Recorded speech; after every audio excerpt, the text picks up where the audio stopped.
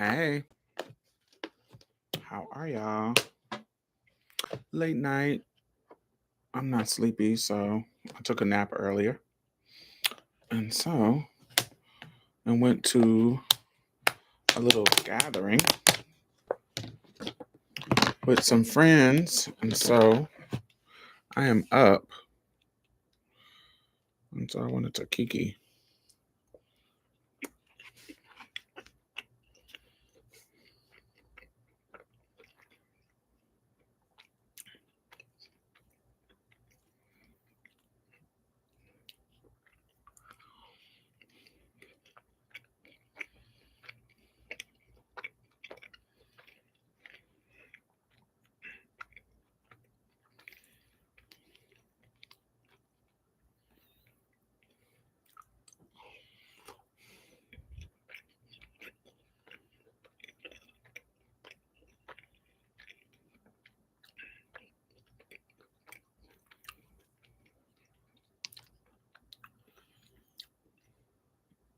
Hey, Vicky.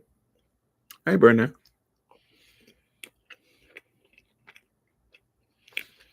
Just some late night teas, honey.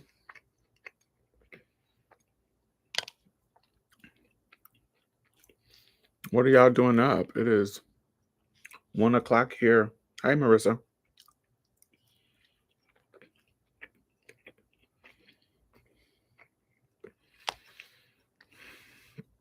I really don't know what this is called. It is from an Egyptian restaurant. And it has rice, pasta, meat, mushrooms.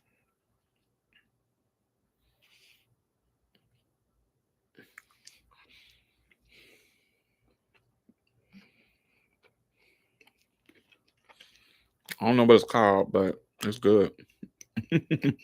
It's like their version of dirty rice.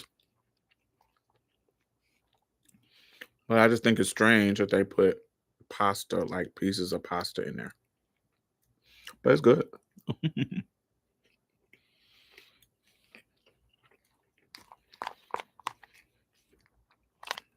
But it's like, yeah, it's like this is an Egyptian restaurant, so it's like their version of dirty rice.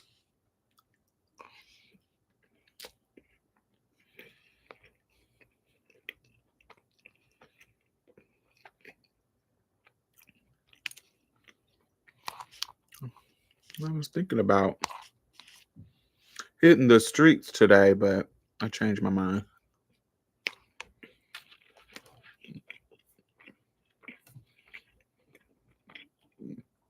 This is Labor Day weekend, so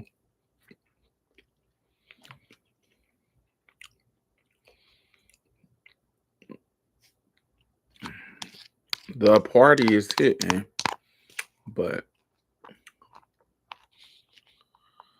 after that little gathering, I said, I'm going to go home. Even though I'm not sleepy, I'm going to go home and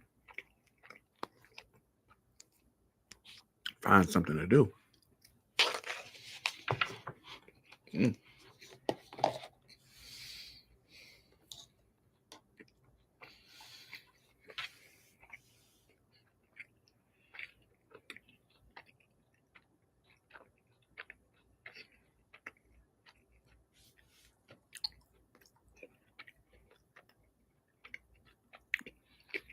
Woo. Rice is sometimes extra for some reason, but it was extra even before like surgery. But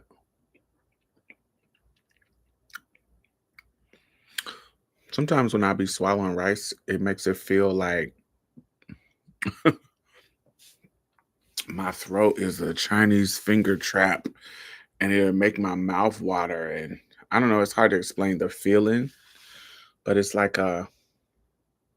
almost like you ate too much and it's trying to go down, but it's making your mouth feel like not like you choking, but I can't explain it. I really can't explain it. But it'd be real extra. It'd make my eyes water and and mouth water. But it's almost like the rice is getting stuck as it goes down, but not like stuck and stop, but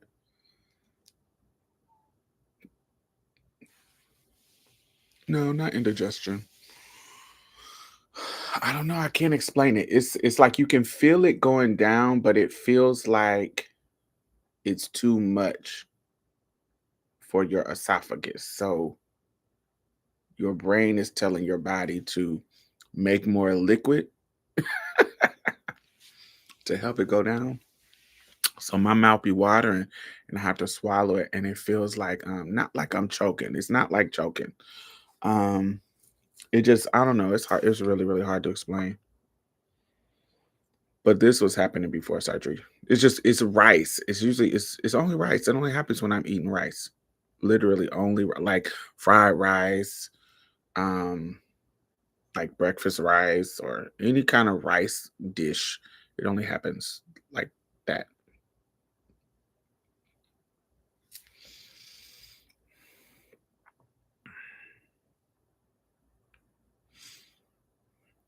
Hey,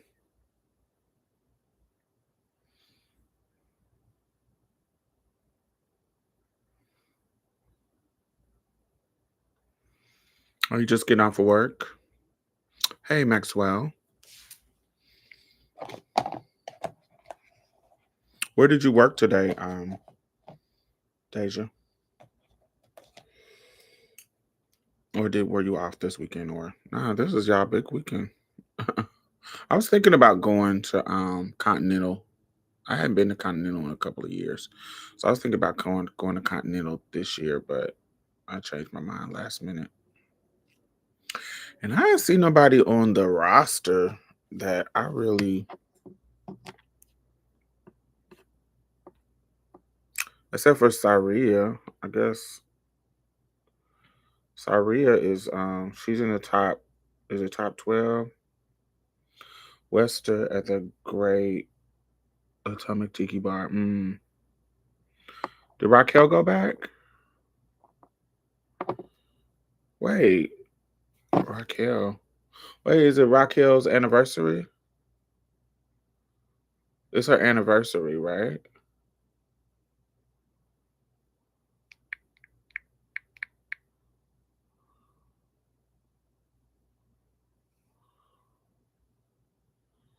Wait, I thought she was already, or I thought she already won Miss Continental. Raquel had, no, that was USA, US of A. What did she win when she was in the red and black checkerboard? Was that US of A? I thought that was Continental. No, it was too sparkly to be Continental. So was that US of A? Yeah, US of A. Okay. I knew how, I was like, I know she done won something, one of the big ones. So oh, she's going back to Continental. Why I didn't see her name on the Continental list that Janae Darling's posted. Hold on.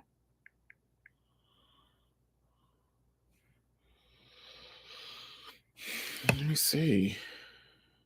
Oh, it is. It's 22. Just on the bottom, I didn't see it. Oh, Raquel went back. Oh, I didn't see that. It was too that far down the list. Once I started seeing names I didn't know, I was like, "Ooh." Oh, all right. I seen and Trinity Bonet, Trinity K Bonet. I know that name. Of course, I know Raquel Lord and Saria Sinclair. So those are the three people that I know by name. Everybody else, I don't really know these people. I done got out of my drag bag where I don't really know the girls no more.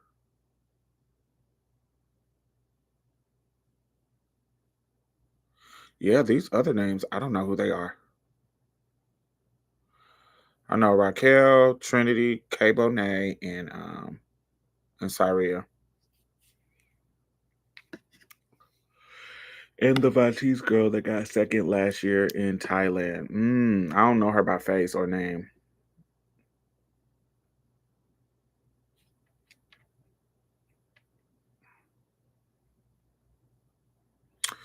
The newly crowned Mr. Continental.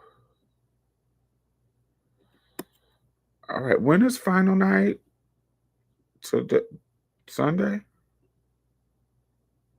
Oh, I do remember her.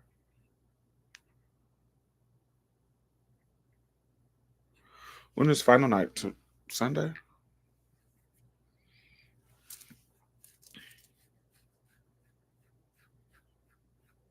Yeah. Oh, I wish I knew she was going back. I would have went then. I thought it was gonna be like last year where I didn't really know nobody for real, for real. Sunday for the girls.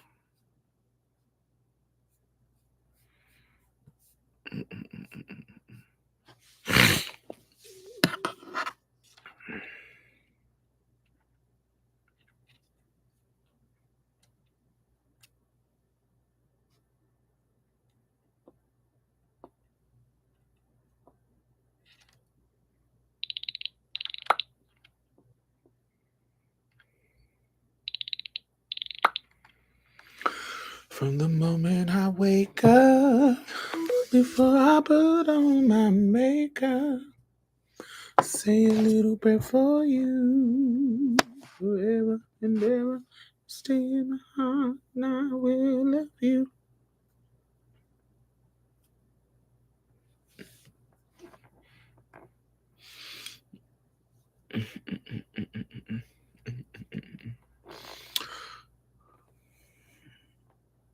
So what are y'all doing up?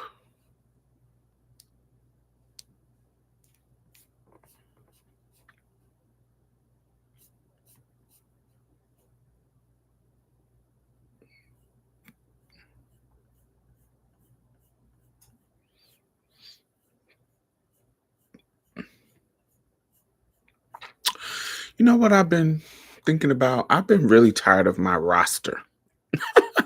The dudes that I've been hooking up with for years, I'm really tired of them.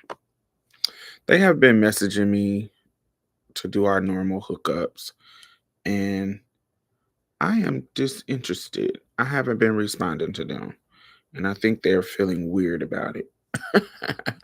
Because they keep hitting me up, asking me questions, and I have been leaving them on red, which I normally don't. I at least tell them, "Oh, I'm not in the mood" or something. I need a new roster. So I have been talking to new people. Yeah, that's on my watch list. I just got off of work. I'm supposed to be sleeping so I can go to work in the morning. Work won't see me. I need my money. I just got off of work, came home, showered, and ate, and I was about to go to bed. It's 2:30 here. You on the East Coast? Yeah. Yeah, I need something new. Yeah, I need a new I need somebody over 30. I need something new, something over 30 but yummy and cute that I can something new. I'm tired of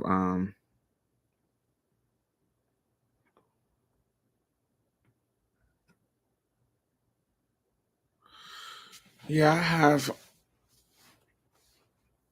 all the dudes that I've been messing with them for like 10 plus years.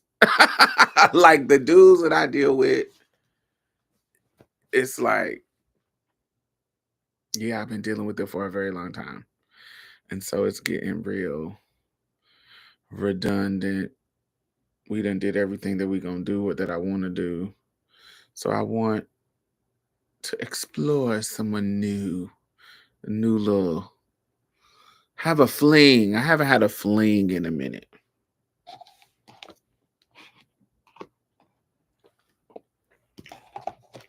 No. Yeah, it has plateaued. And I mean, the earliest one, there's a one that hasn't been as long, but we're at least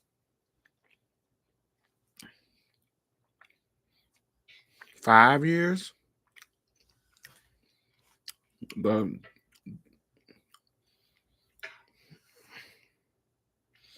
time for a winter fling. Yeah, like a I need somebody I can feel flirty around. My old heads, I don't feel flirty around them. I feel shit, it feel like we married.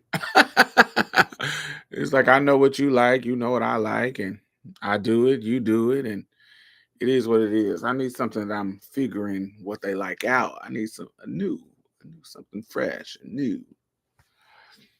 Yeah. And I haven't attempted to bring somebody new on the bench in a long time. I ain't made a trade. I ain't recruited. I ain't went to the draft. I ain't picked the draft pick. And so I need to draft. I need a new person on the bench, shake up the team. But I don't know, did y'all experience this? Like I'm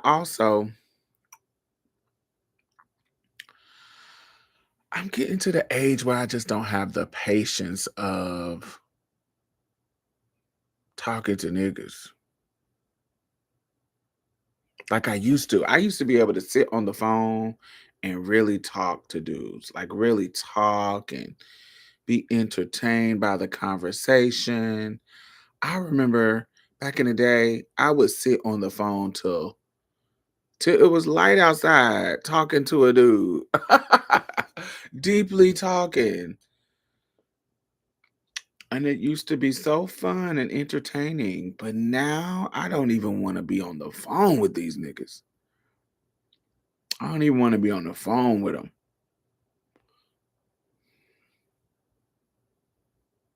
Talking to them too long decreases my attention. And I don't know if I'm just getting more sensitive to things, but yeah, don't let us get on politics or that gender war shit. I'd be like, oh child, let's get off. I try to avoid any subject that has to do with anything about men and women because niggas will get on my nerves saying some dumb shit. Um, but I don't remember those kind of conversations coming up when I was younger. I do remember them coming up, but not in the way that they are now. Um,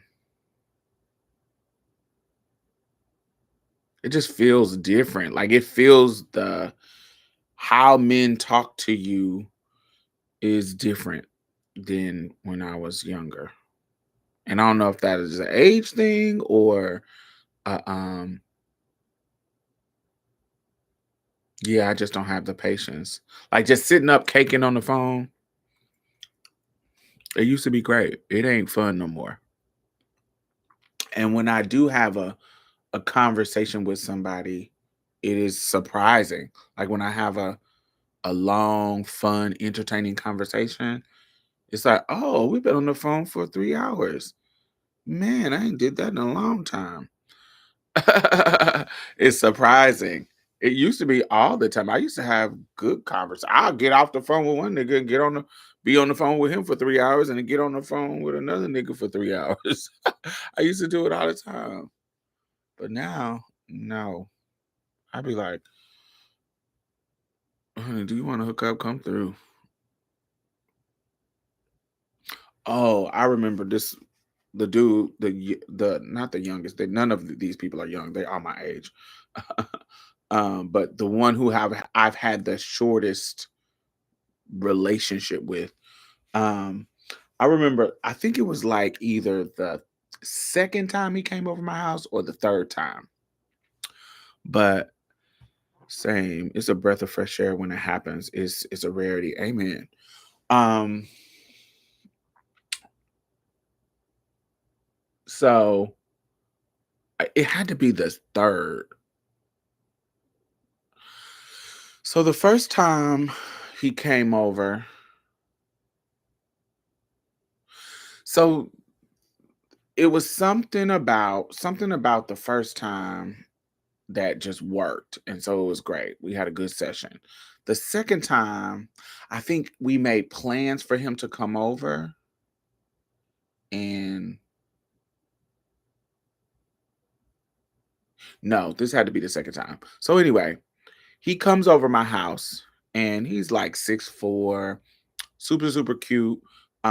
He's like 40 something. I think he's like mid 40s. Um, super, super cute. Got salt and pepper waves. It's like a low, like little wave cut, faded on the side. Just a cute ass nigga. He's just cute. Just cute as fuck. Um, and we cool. We good. We got a good little session going on.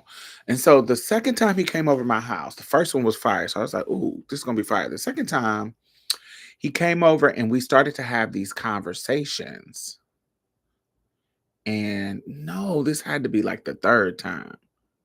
Anyway, third or second time, early in our hooking up. And he sits down and we start to have these conversations. And then we go into these kind of like political, feminist, patriarchy conversations. Okay. And so he starts saying some real, hotep ass shit, like hotep, misogynistic, weird ass shit about how he was talking. And so we get to start we arguing back and forth. Not arguing, but the kind of debate back and forth. And I'm presenting facts and he was like, "Well, and he's presenting opinions." And I'm like, "Well, this is actually the facts about that." Da da da da. So we spend 3 hours arguing about shit. And so by the time we're done with these heated argument conversations, I'm actually not feeling the session. And so I say, "All right, baby, well, it's late and I'm ready to go sleep." So blah, blah, blah. So we actually don't hook up because we sit there and spend the time arguing. And so he sends me a message after he leaves. And the tone of the message is basically,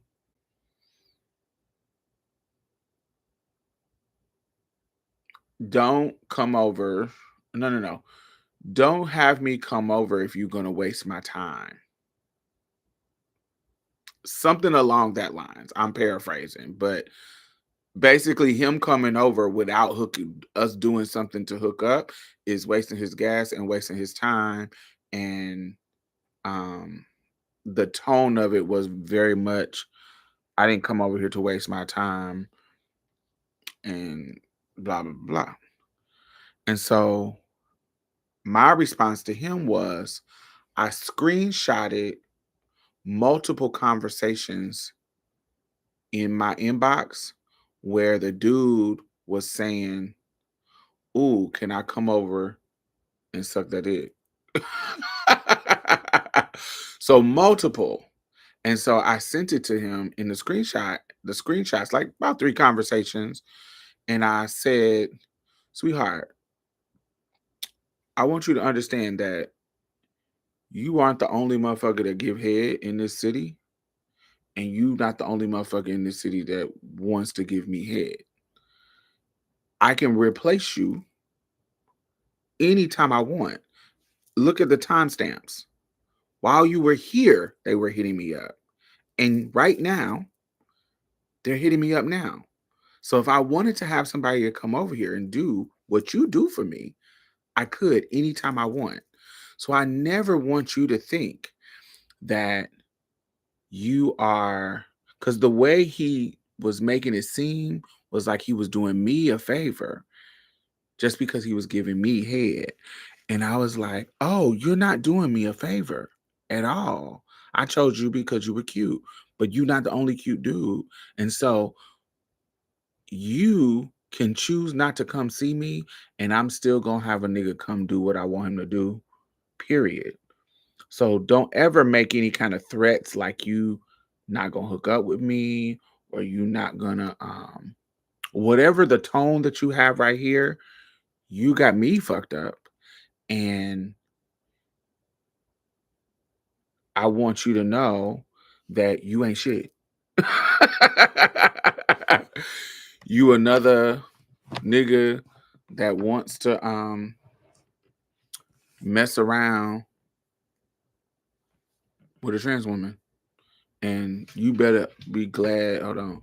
You better be glad that I'm blessing you with this moment.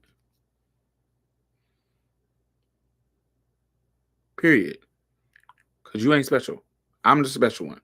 You don't run into trans women as much as I run into cisgender men that hook up with us.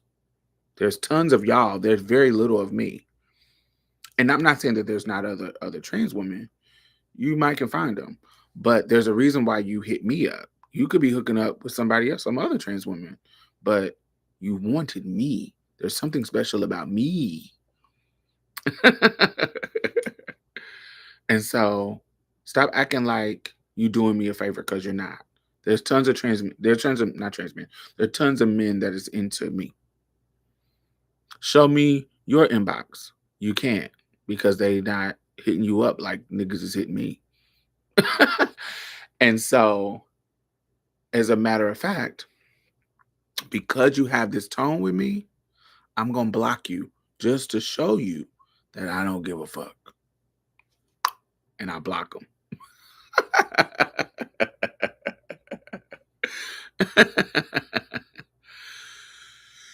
And so like a month later, I get a message from a person that I don't know, and he sends me pictures, and the Goblin King, right?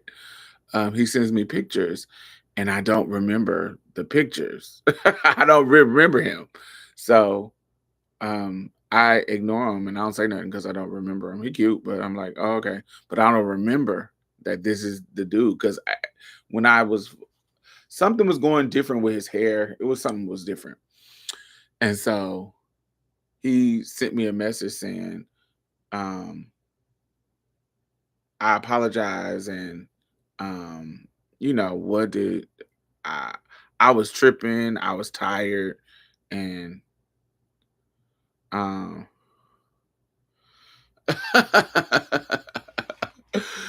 I was tripping and I was tired and blah blah blah blah and you get what I'm saying? You ain't never got to worry about me disrespecting you like that. And I'm sorry, I didn't mean to come off that way, blah, blah, blah. All this kind of shit. And I was like, what are you talking about? Who are you? So that gags him because I don't even remember who he is. Because this was a month ago. So, child, I don't know who you are. And so, and he's described, I was like, oh, the one that thought he was doing me a favor. Like, oh, you're not doing me a favor. And we go into he goes into explaining, I don't know, just basically saying sorry. So we end up hooking up again. And I ain't never had no problems out of his ass no more. We've actually had a good little run. And so the last time, like the time after that when we did hook up, I told him,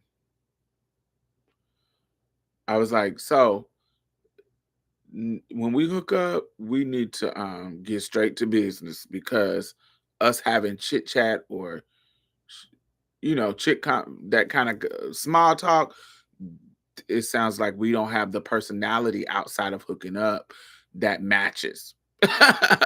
So we got some sexual chemistry. Let's just get since we're not trying to be lovers and you know we're not trying to be relationship status. We just trying to hook up. So save the small talk, nigga. When you come in, get to gobbling. You ain't gotta give me no small talk because clearly we don't get along.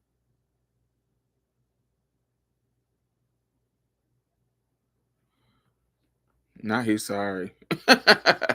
He's sorry. He's sorry. He's sorry. He's sorry. But yeah, so we ain't had no problems ever since then because he watches his mouth talking to me.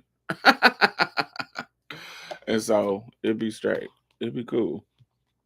So he's the newest one, and I started messing with him either like right after the pandemic, kind of when we was getting vaccinated.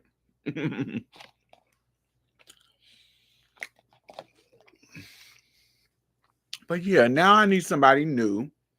I need somebody my age or maybe a little bit younger, like definitely over 30, around 35, 36.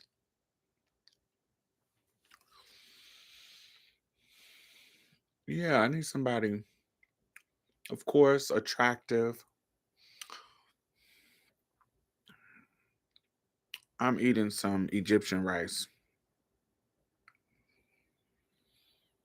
Um, I'm 35, 36. I would like to, I really don't have, I need me another person. I don't like the person I used to do this with.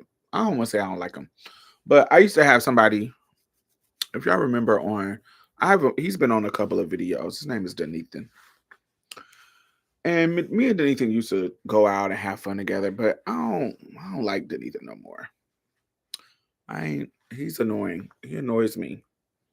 And so I don't be wanting to call him no more. But I need another person like him where we can just go out and go to the club and hang out and go to the movies, or just a cool person that I actually like being around them, that can be normal. Cause sometimes motherfuckers can't be normal. Y'all don't hang out anymore. No, me and Denithan don't hang out anymore because he got mad that I fucked his friend. I fucked his friend named Jason.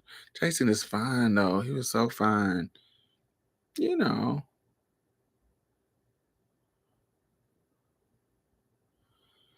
But see, it popped him because he was playing that down low card where he was, telling people that we were just friends, that me and him were just friends. And, you know, like his mama, the video that I got called His Mama Thinks I'm a Witch.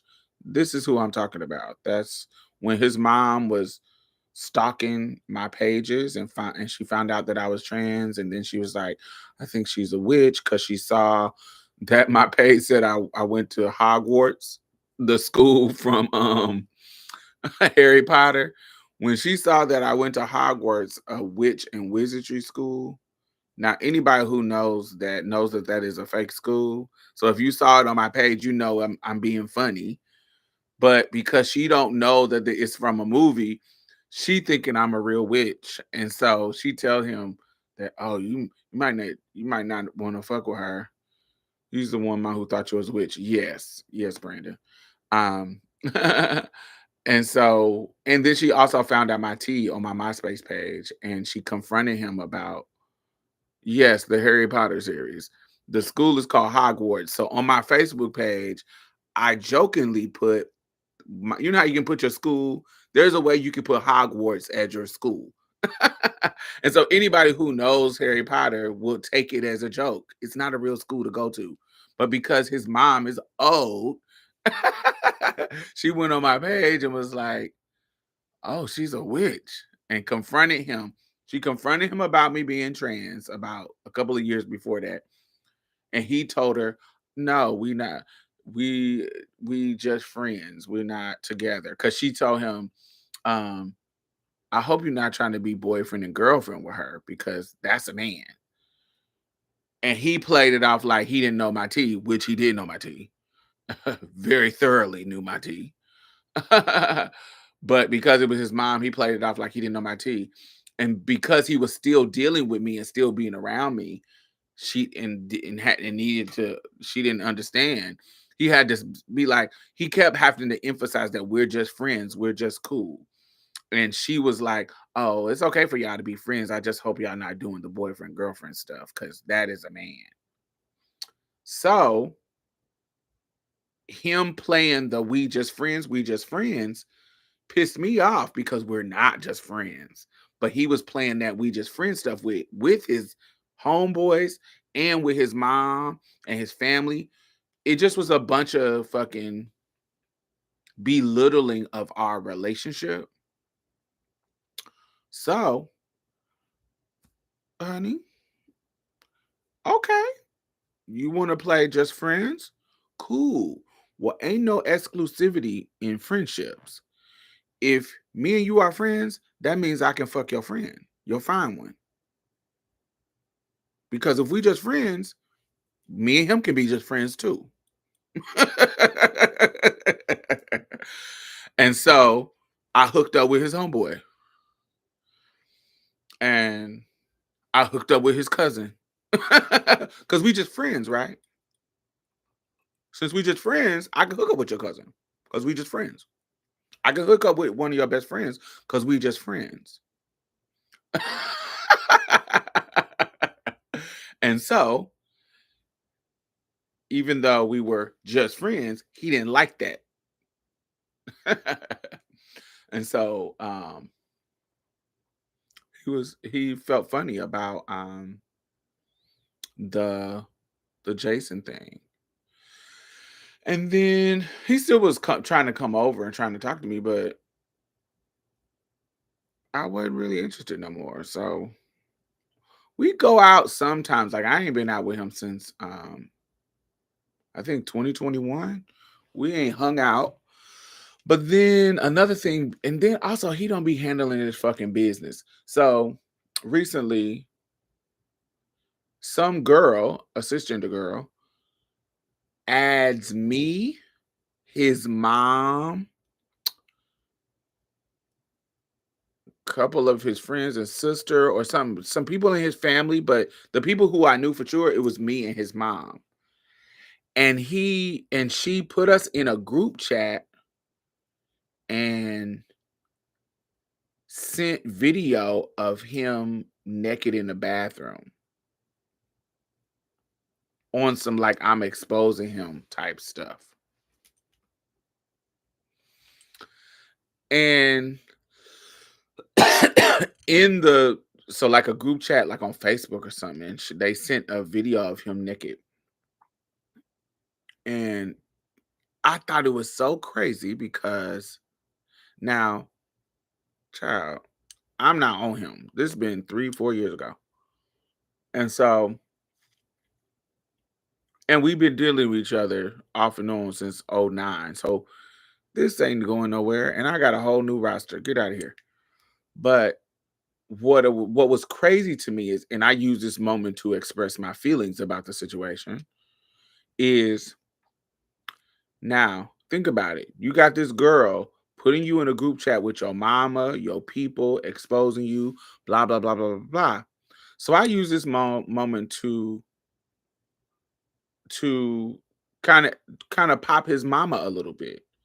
Like you was super pressed about him not trying to be serious with me because I was trans. But in all of his relationship, I was the bitch that showed you the most respect. You would never see me sitting here putting you in a group chat to send you your son's nudes. You ain't never had to deal with no shit like that with me. But this is what the real women is getting you.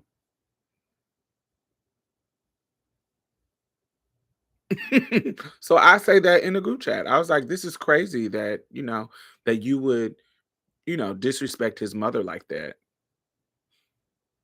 This is the type of stuff that would never happen with me. But yeah, I don't understand what's the point in this.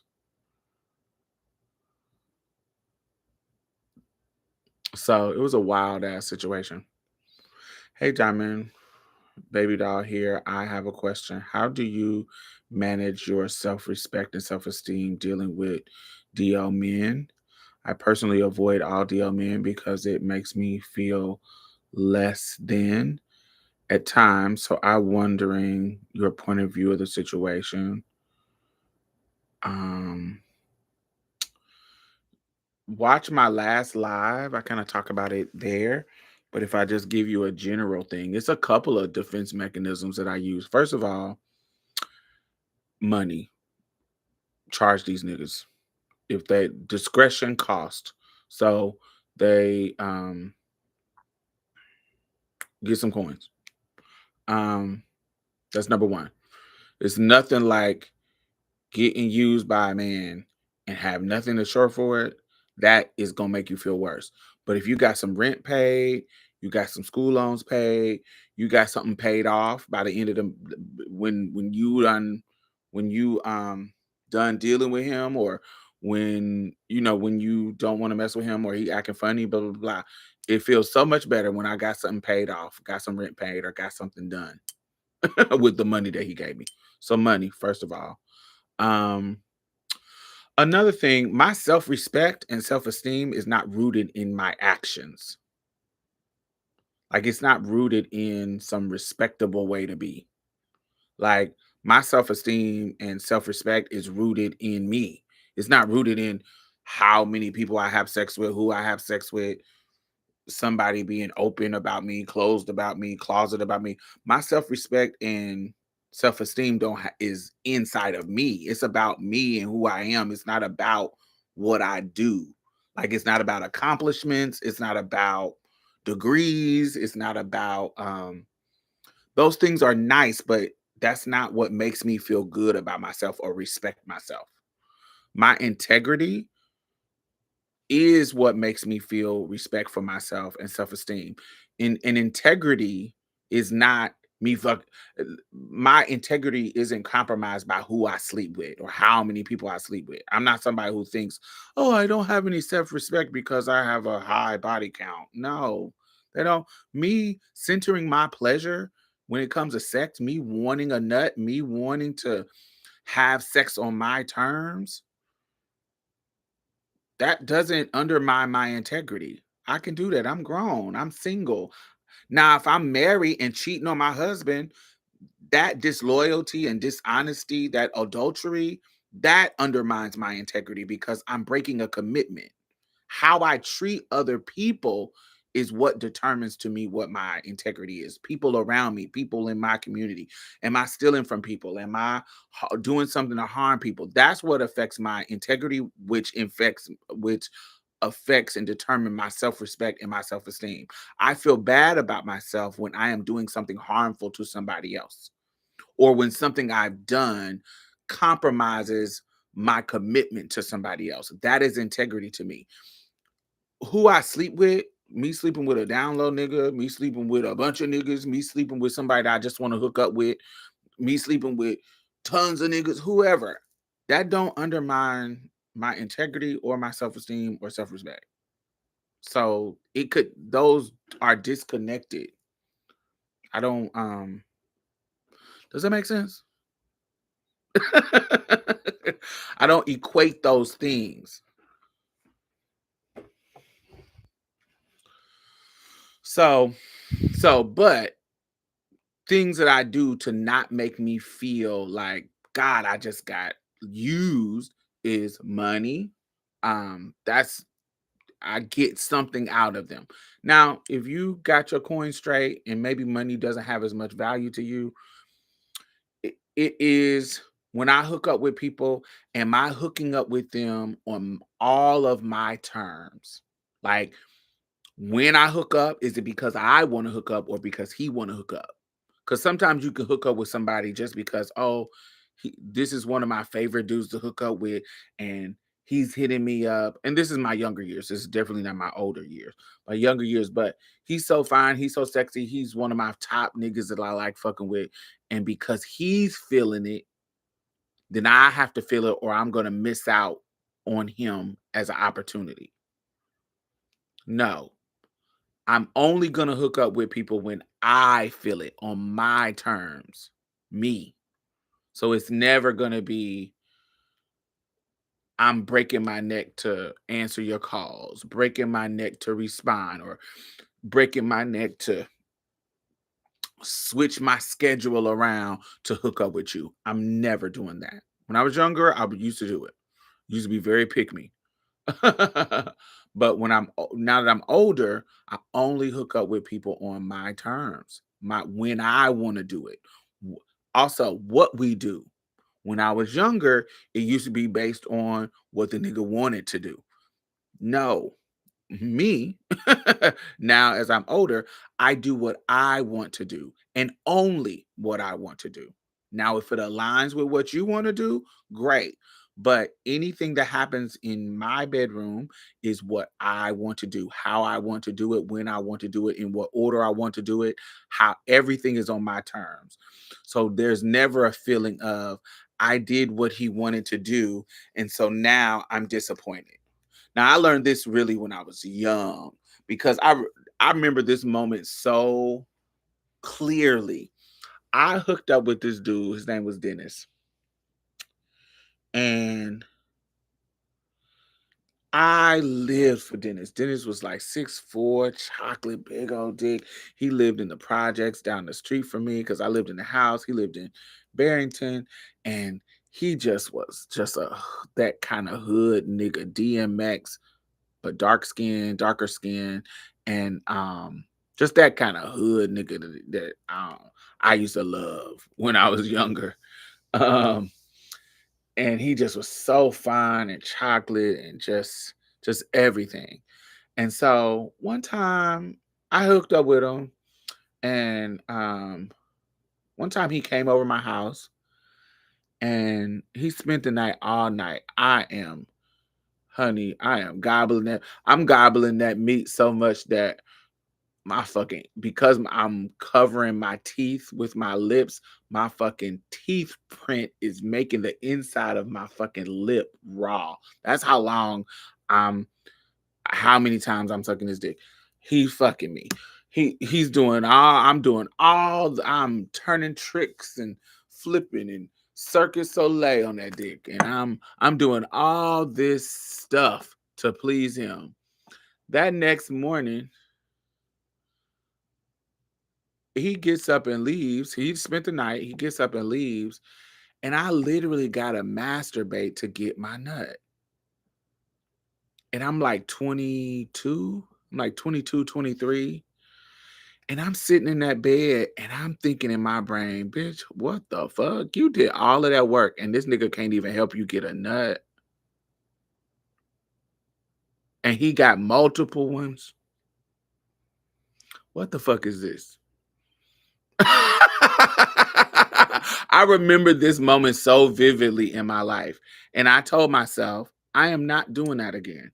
I need to figure out what is happening. Why am I breaking my neck to get you a nut, get them a nut, and I'm not even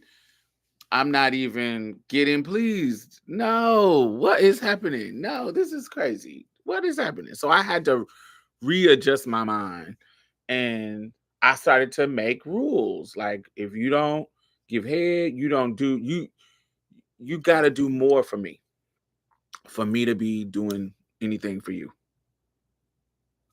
So Rosa Sparks, hey Diamond, I love your outfit. Thank you, thank you, thank you. This is my relaxed outfit. I love these little beanie hats. I love these. These are cute. I got a black one. I got a black one. Let me see. Where's my black one? It's somewhere. Anyway, I don't know where it's at. That was close. But I got a denim one and a black one. Oh, I got this one too. I got my orange one. Isn't it cute? I love these little hats. These are so cute. On like casual days. But because this is a structured kind of it has this it's like this is like open, but this is part is like a skirt, but it's all one piece. I don't know. It's an interesting shape. It's long. This is one of my relaxed vibes. Denim little beanie. Got my little crystal earrings to match my crystal ring. I love mixing metals like gold and silver. This is my crystal ring, which I love. I have two of these. So I love having these on the fingers. And then I have my cube, my blue square cube, and then I have my little gold, silver, and blue bracelet. Yeah. And so then my gold little chain link. Yeah, so I feel this is my relaxed little look, and these are my blue and I don't know, is this pink? I think this is pink, but they're blue and pink. Um, Gucci's, love them. These are old, but yeah, a little, a little relaxed. It's comfortable. I'm wearing, um, oh, classic Gucci. I love this little salmon color, which matched the glasses. And it's the classic Gucci monogram just to go with the glasses. So, and I am wearing my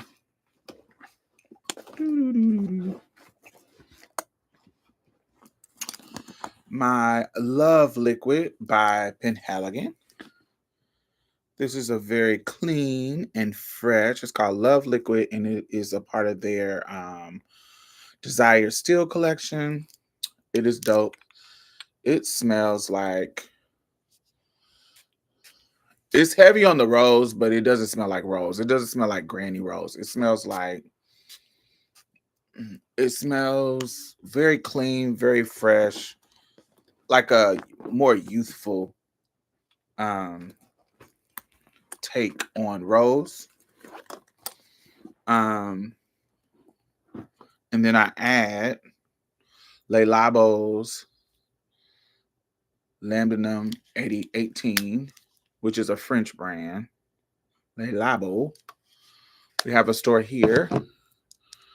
Let me take these rings off and put this oil on. So I have that, and then I take this is their kind of like body oil, and I take it and put it on my post points on the neck. And so this is a floral, and that scent is a floral, so it just makes this really fresh, soft, powdery lambdalum and rose cloud of clean fire ass freshness on. So that's what I smell like. And then I always you wanna I've told y'all this. So you can use this is a quick thing that I use too. So like unscented Vaseline, if you put it on the points that you put your perfumes, it makes your perfume last longer because this is oil based and it sticks to the oil longer on your skin instead of the wind when you're walking around kind of blowing it off and then it kind of the sillage kind of like going out of the way. That keeps it on longer. But I use different oils. I use my if you can find the oil in your scent that you like or a scent that you like that mix well with the scent that you like, use the oil and it just lasts so much longer um, on your body and on your clothes. And yeah, when I take my clothes to the cleaners, my dry cleaner people be like, "Oh, your clothes, all your bag always smells so good," because that's what I do. I love oils. It's all I wear. So I like oils to be as a layering um thing for my scents. So I'm never gonna wear just like unless I'm going out the door quick and I just need a little spray. But usually if I know that I'm going somewhere and I'm gonna be around people, I'm gonna layer my scents. So my scents ain't never gonna smell like it's gonna be usually it's gonna be two scents mixed together. Like if you smell me, it's gonna be you're gonna be like, "Ooh, what's that?" I'm gonna tell you what the scent I'm wearing, but it's probably gonna be a combination of stuff. So it ain't ever gonna smell like I'm never gonna smell like one scent. But yes, thank you so much. I felt very, very chic today. Very, very cute. Such eclectic style. We love to see it. Thank you, thank you, thank you. Cozy with a little razzle. Yeah, just cozy. I'm a maximalist, so I'm gonna always have an earring, a necklace, a glass, a hat, or something. Something I'm gonna always have a something on. And if it was colder, I would put on a jacket. Oh, these are the shoes I wore to today.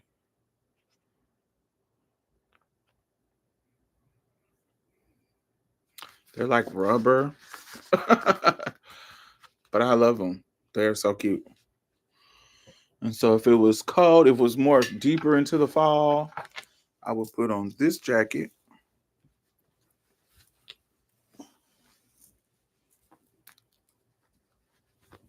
which I love because it has these it's made out of like a really soft um gauze like linen, and it's like these frayed ends, so it's an unfinished end, so it's unfinished on your arms and unfinished on your neck. And it's just, ooh, I just love it. It's my shit. So I would raise this a little bit, bring this on out, and I would tip through with my making sure my bracelet is showing from the outside, and honey, I would feel so hey. Mm-mm-mm-mm-mm. So yes, all the time. So I wonder, yeah, so yes, that's my little fashion break, but that's my thoughts around DL men. I If it's on my terms, like all the things that we do is on my terms. Um it's certain things you can't be so DL that you can't send me pictures. I'm not hooking up with no nigga that I can't see. That's stupid. Um if you gotta come over my house and be all in ski mask and hats and hoodies on and all scary like that, you'll stay outside. Get the fuck out of here. Any kind of overly dramatic ass shit that sometimes the DL men do. Oh, your neighbors don't know. Block. It has to. You there. How you treat me has to be on some respectful shit. And so if you're not giving me the respect, um, what does Joan Crawford say? You will give me the respect that I deserve.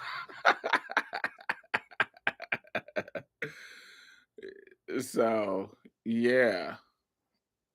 Yeah. So long as it's on my terms, I'm getting something out of it. Now I'm not saying that every dude I hook up with pays me, but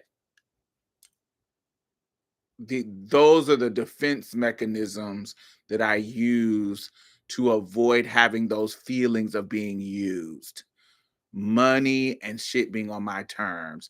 If I do what all I want to do and get my nuts off when I'm hooking up with you, I don't feel bad. It's only when I'm being used for the pleasure of them that I feel bad. And if I'm getting um only the pleasure of them, it's always for their pleasure. They're getting some out of it too. But if I'm getting some money out of it and I'm getting this on my terms, and I don't ever feel bad. It never is a feeling of, yeah, feeling like somebody got over. The feeling that, oh, somebody got over is when it's on their terms, how they want to do it, I get nothing from them except them using my body for their pleasure. That's when I feel bad. I don't like that. And that stopped years ago.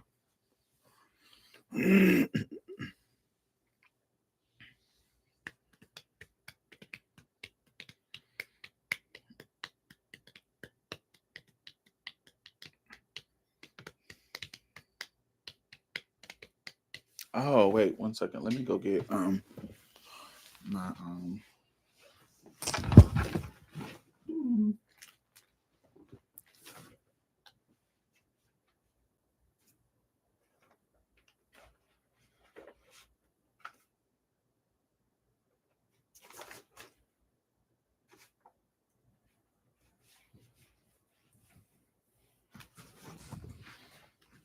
I haven't pulled these out in a minute, but this can give us something to talk about while we're here.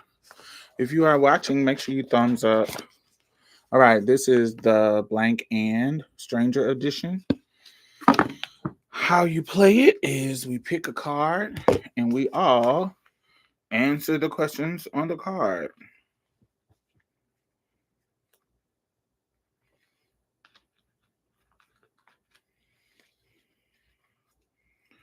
It's a good game to play with strangers. There's different versions where you can play with friends, family, strangers, da da da. I got the strangers specifically for when I go live.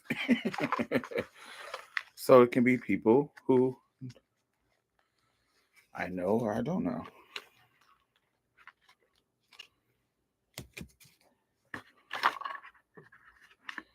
Alrighty.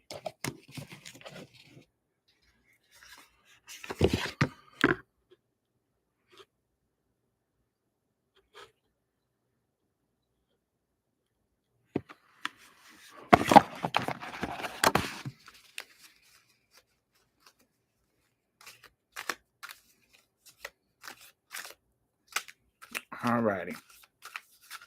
And I'm gonna let y'all pick.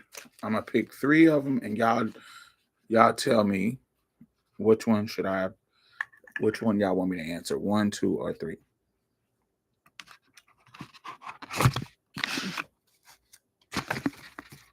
All right. One, two, three.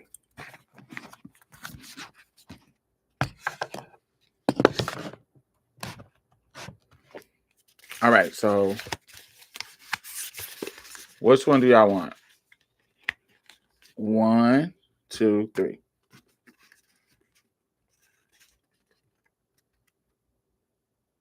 One.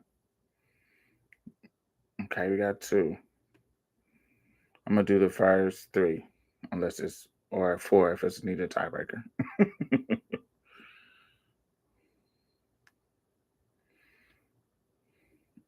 Who else? Let me see. I like the one or two. You got two ones and okay, so we're gonna do one because that's the one.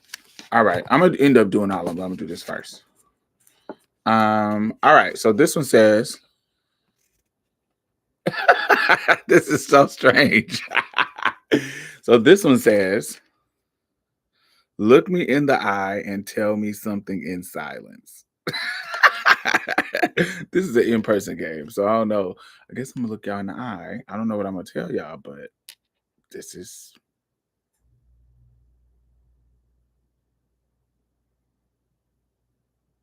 bam. So we're gonna go. So should I do two or three? The next whoever says something next, that's what we're gonna do. Two or three.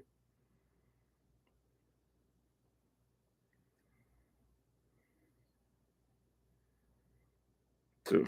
All right. All right. What's a memory from your childhood that you never want to forget? From my childhood, gosh. Um, so many that I never want to forget. A memory from my childhood that I never want to forget. So, my mom used to wake me up every Saturday morning, and because I didn't have school the next day, it'd either be Friday or Saturday, and she would wake me up every week to basically reflect on what happened that week. And so she would take me to this restaurant that doesn't exist anymore. It's called Steak and Ales, and it used to be off of 18th in Meridian, right down the street from the McDonald's on 16th. Used to be a restaurant. Now it's a bank. But now it's a bank and it used to be Steak and Ales. And I just remember sitting there and it's just it was one of the time in my life where there was no worry There was no, the bullying hadn't really started in school. Um, it was just a time in my life where it was prior to my mom being on any kind of drugs. This was her good mom era. Because my mom didn't get on drugs until I was like 10, 11. Yeah, 10. And so this is in her era where she only had me. She didn't have the rest of my brothers yet. And so I was the only child, and I was the only child.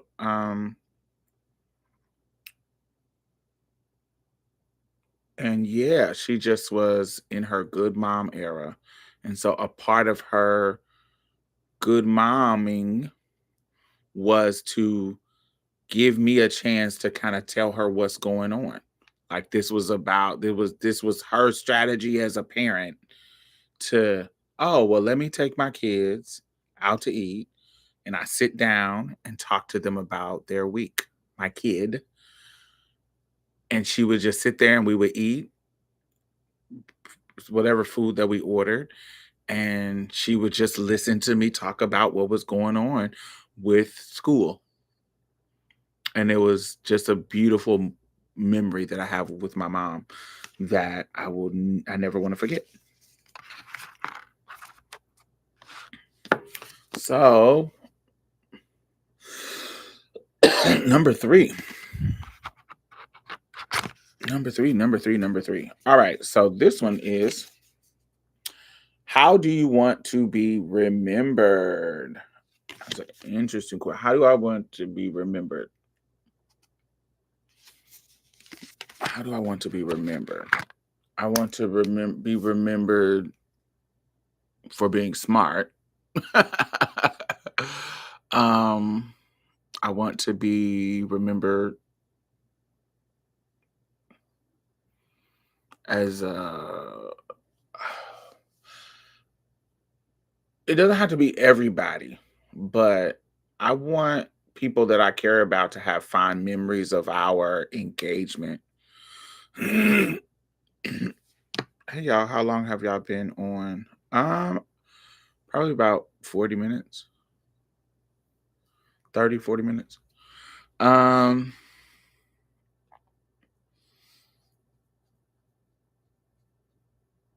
I want to be remembered as an educator. I want to be remembered as um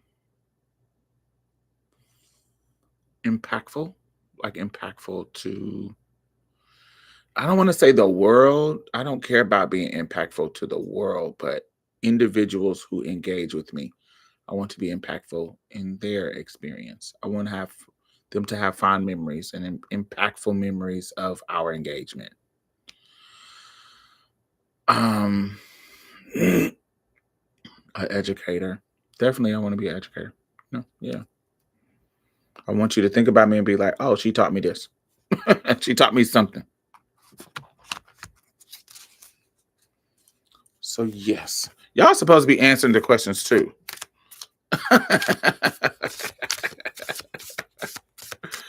Not just me. All right. So let's get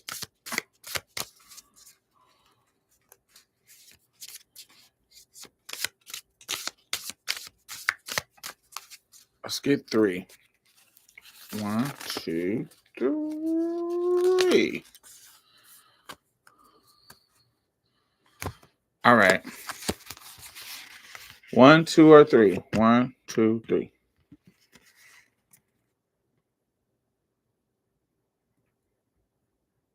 Three.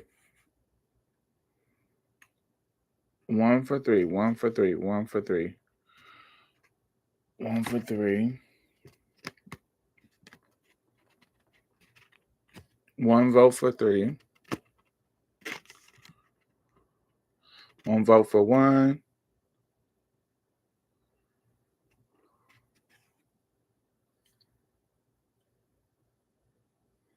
All right. Three wins. Three wins down. All right. Describe. Describe your proudest moments. Describe your proudest moments. Describe your proudest moments. Are we talking about for myself or for? I guess it could be anything. Describe my proudest moments. When my brother got married, I really felt proud. Yeah, my brother's wedding. Me and my brother talked about this recently too, because my brother just closed on his family home for him and his family, and he called me kind of emotional about it because it's like the most expensive house that our branch of the family anybody has ever had, like since slavery. And it's just a dope ass house. And so when he got married, I was like, man, like our life could have went in so many different directions, just based on me being trans, based on him being like a hood little black boy. Um, but he went on to graduate with honors from Ole Miss. Not saying that not having this is a bad thing, but he has one baby mama. Both of his sons are by his baby mama, and he's married to her. And he's about to be in the home with his baby mother, with his two sons by her, with a house, taking care of them, taking care of the bills. He is like, I raised him. So him getting married and him being an upstanding man, that is like a success, bitch. Like it's it is something that is such a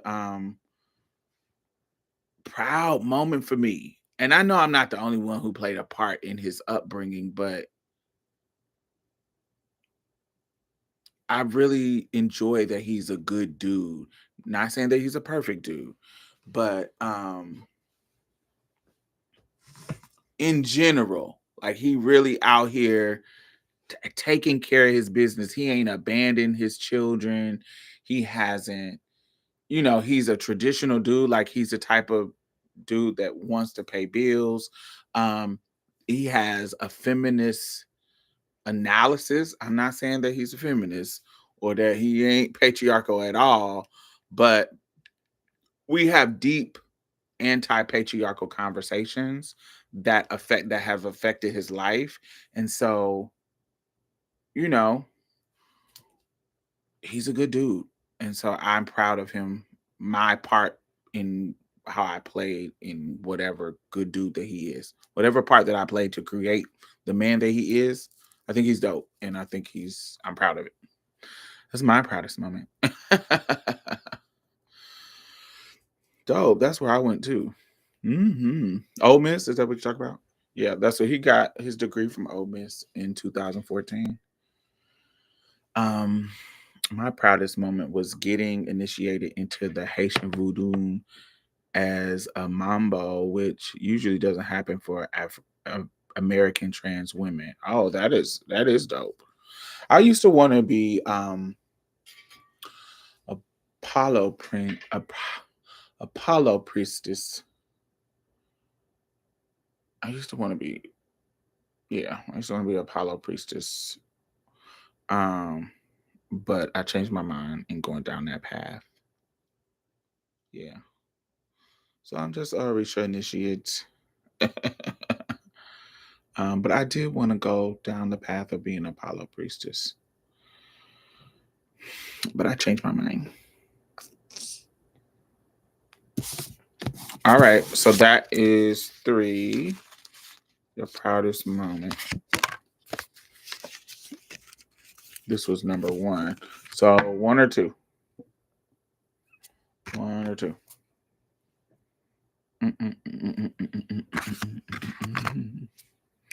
Two. One vote for two. One vote for two. One vote for two. One vote for one. One vote for one. One vote for one. Whoever makes the next one, it is the winner. Two. Boom. All right. Beside yourself, who is the emotional center of your life and why? Mm. Beside yourself, who is the emotional center of your life and why? What the fuck is that? Who is the emotional center? Me. Who is the emotional center?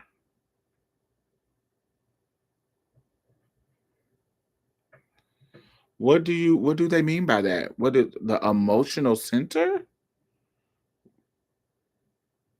It's myself. Besides yourself, who is it besides myself?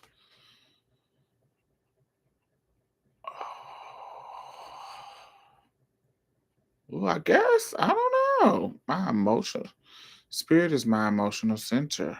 Interesting. Besides myself, who is my emotional center? Mm, that is a hard question. I don't think I have one. Maybe my brother, but not really.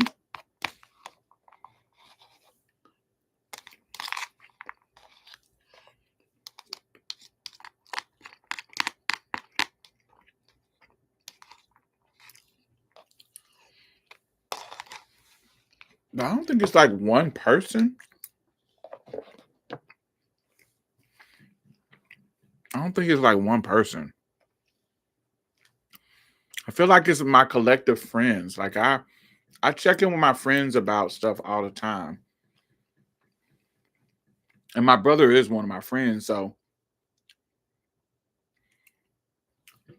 my friends are really compartmentalized. Like most of my closest friends are not connected to each other, are not friends. You feel what I'm saying?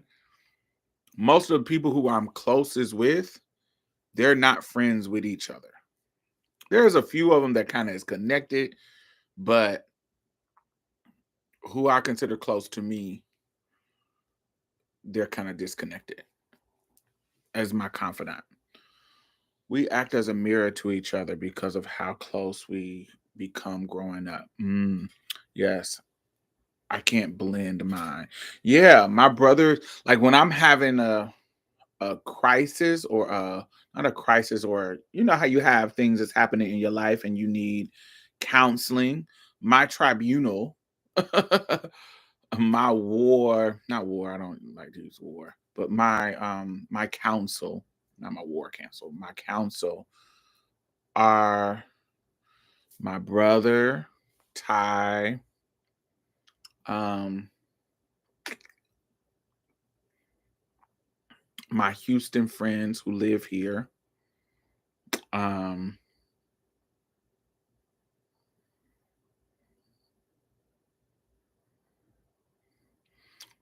my trans guy friends,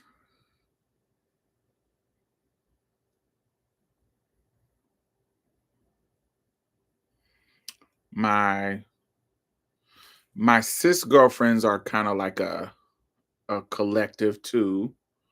They don't really know the ones that I really there's a couple of them that are connected, but then I have another one that is like disconnected from them, and she's a part of my council. Um yeah, I compartmentalize them. Yeah.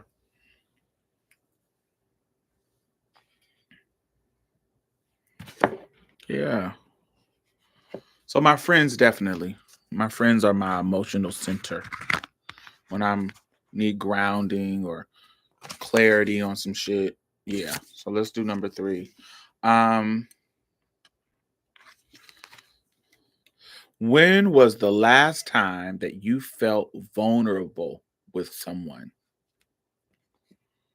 When was the last time that I felt vulnerable with someone? It has not been a while. I'm trying to think of vulnerability. So I am an open book. I tell people all my business. Well, not everybody, not people that I don't know, but my friends know everything about me. Y'all know everything about me. Like I kind of talk really, really openly. Nobody can use any secrets. I don't have any secrets that somebody can use against me and kind of pop me.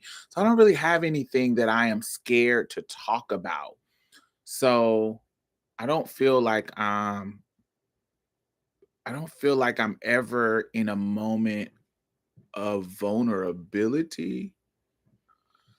Um, there was a moment recently where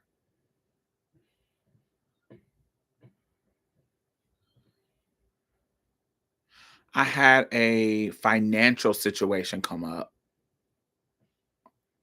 where I had enough money for one thing, but I needed to do this too, and I didn't have enough money for this. And so it was and I was getting the money, like I had a check coming, but it was like 4 or 5 days after I needed the money. And but I needed to do this. Like I needed to do both. It's like I needed to pay my rent, but I needed to take this trip to for this opportunity. And it was a whole thing. And so my homegirl gave me the money to do this. And I'm very prideful about shit like that. Um, but I felt like it was God's way of kind of spirit's way of humbling me. Like, bitch, I put people in your life. You care for people and you look out for people. So you have to be vulnerable. You have to be vulnerable enough to let the people who love you love you. You can't be the only one who is stepping up and helping people. You can't be the only one who is proving your friendship in a way. They have to do it to you as well, or do something for you. And you got to be vulnerable enough to let people love you and be nice to you and do nice things for you and and that without it being like a source of shame, without it being like it's pride and shame, and that those are kind of intertwined. So her be them being nice to me and loving me enough to take care of me in this moment, um it made me feel emotional. It made me feel vulnerable and emotional and cared for in a way where I'm relinquishing that pride. No, I don't need anything. No, I'm that type of person where I'm like, no, I don't need that. I can handle it. I can take care of it. And my friends put me in a situation um where they like, no, but you are our friend and we're taking care of you. So um you need help in this situation. So we're gonna help you. And I was kind of just, you know, I'm rarely in that situation. So that made me feel vulnerable. Let's see. Yes. Probably my partner. Her emotional state affects mine the most. I think that's important. Partners are important in your emotional state when you are in a relationship like that. About a month ago, doing vulnerability exercises with my partner.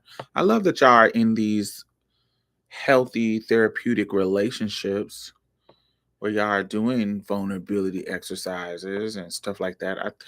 I think that's some new age shit that we didn't get to do in my younger relationships, but I definitely would incorporate them in my newer ones.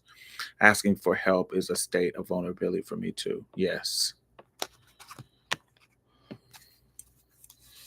Alrighty.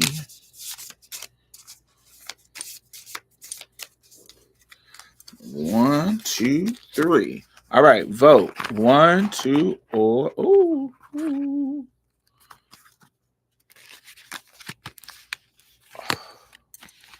1, 2, or 3. No. 1, 2, or 3. Oh, we are Oh well, we got one already. Okay, one. Make sure I know what the two is gonna be, so I don't forget it. Alrighty. Number one is: do you feel your greatest achievement is ahead or behind you, and why? Ooh, that is a good question. Do you feel your greatest achievement is ahead or behind you? Oh gosh, ahead of me. My greatest achievement. Oh God, that is a very hard question.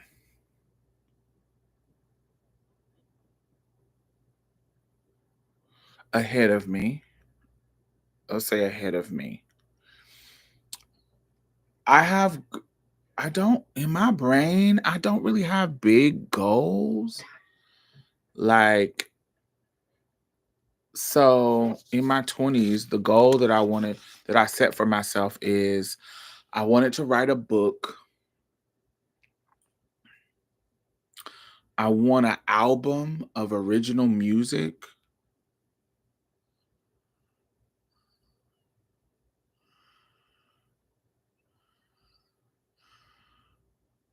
and I wanted to win a couple awards for projects, like projects that I did.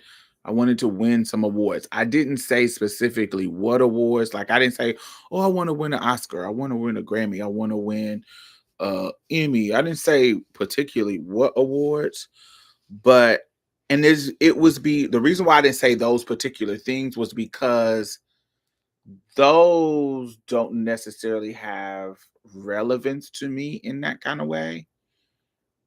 And so I said in general, I want to win some awards for some projects that I was a part of. And I've actually done that. I've won a GLAD award.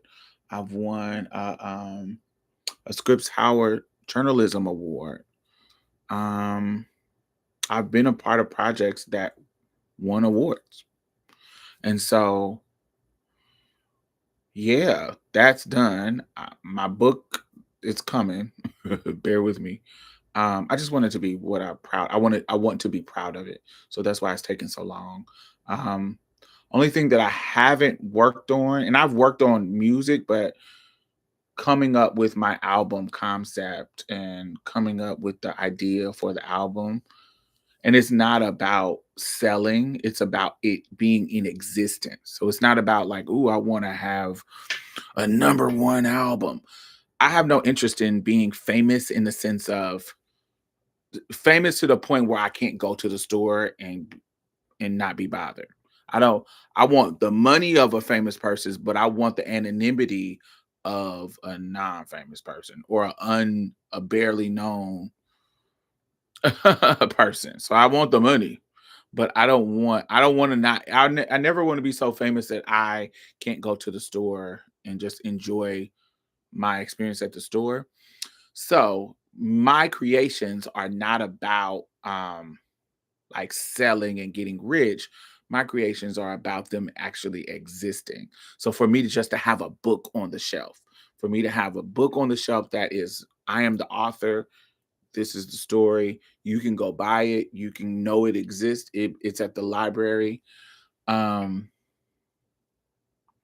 an album. You can go on iTunes. You can go to this store, this music store, and you actually can find an album of Diamond Styles. I want that. I want it to actually be in existence. So those were my dreams of achievements, and they are not there yet. And those two of them, the award stuff, I've won the awards that not I want other awards. I would love to have, the other ones that might be important to a queer community. Um yeah, I want other ones. I don't I want yeah, I want my work acknowledged all the time. But I do want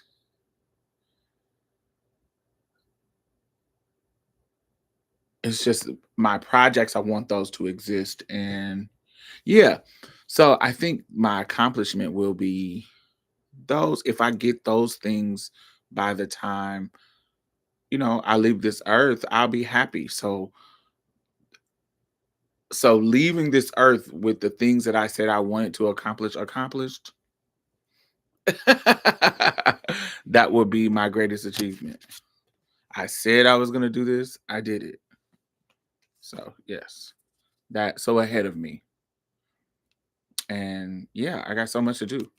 And I feel like once you hit some goals, you make new ones. And so your goals never stop. So I feel like it's always, and you want to do better and better, better, or something to challenge yourself. So it may not be the same thing that you're trying to do to get better, da, da, da, but it may be something else that's just a different, new, bigger challenge.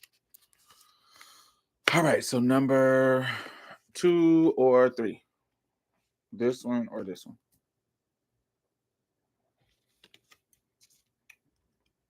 2 or 3.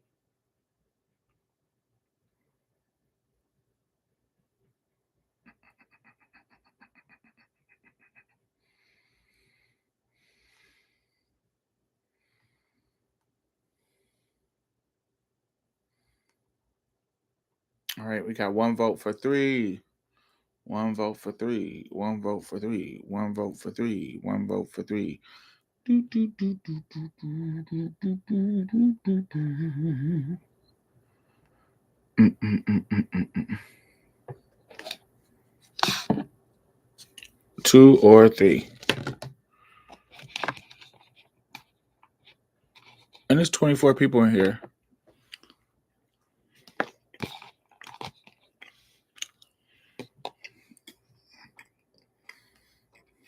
3. 3 wins. All right. Number 3. If we never meet again, what is the one thing that you'd like me to take away from us meeting? Now, this is one of those in-person questions where if you was in a group, this would be great. But because let's make it, if I never come on the internet again and I'm done and you never see me again, what is the one thing you like me to take away from us meeting? Um,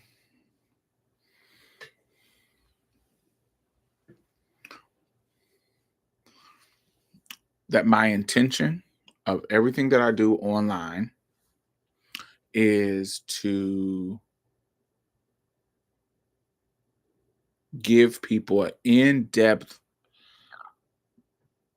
analysis of the Black trans woman experience. That's the center of my work, but I want you to be opened up to blurring the gender lines and gender construct and anything about gender and sexuality, gender identity and sexuality. I want you to leave whatever I create or however I'm talking to you. I want you to leave it with a deeper understanding of it. Deeper understanding of your own gender identity, your own sexuality, your own experience of your gender.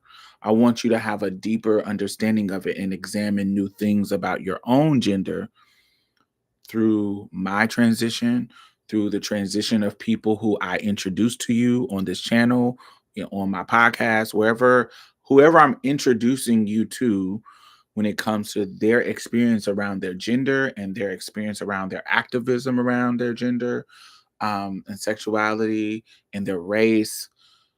I want you to be able to know that my intention is to make you think more deeply about these topics and to have a more healthy relationship with yourself around your identity, have a more healthy relationship with the people around you around their identity, and more grace and more compassion and more understanding when it comes to people's experience as a human.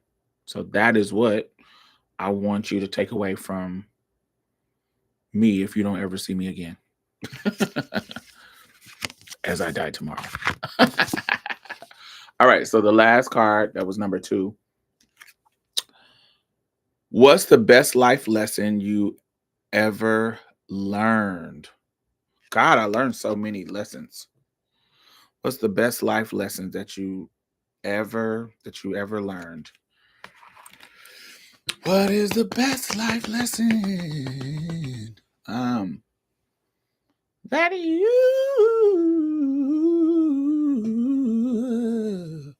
ever learned? Um God, it's so many. Um the best life lesson.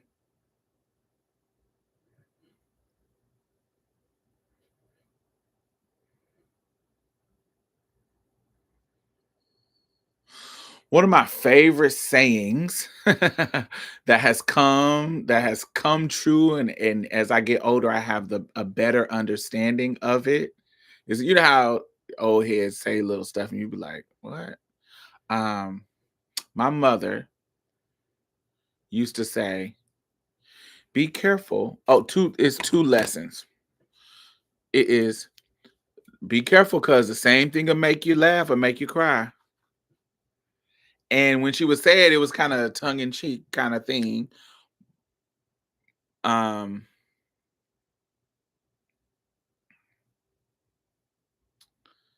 The same things that'll make you laugh will make you cry. So when you're young, it could be like when you're laughing and bullying somebody and you're joking about them or making fun of them, know for sure you can be on the other end of that, where the same thing that is making you laugh about this person will, it'll turn back around on you, and it's be now you're the one being laughed at. So the same thing that make you laugh and make you cry. You can laugh or be all stuck up and shady about somebody experience, and then boom, and turn around and it'll be you in that same situation. Life will humble you. Um, and so the saying was saying, you know, the the same thing will make you laugh or make you cry. And I think that's important. Um, and it goes along the vein of, watch how you treat people when you're going up, because when you're going down, you'll see them same people. It's all in the same vein, where watch what you say and watch what you do, honey, because life got a way of, isn't it ironic? Don't you think? Life is a funny way, helping you out when you think everything's going wrong and everything blows up in your face. Yeah, life has a funny way of sneaking up on you when you think everything's okay and everything's going right.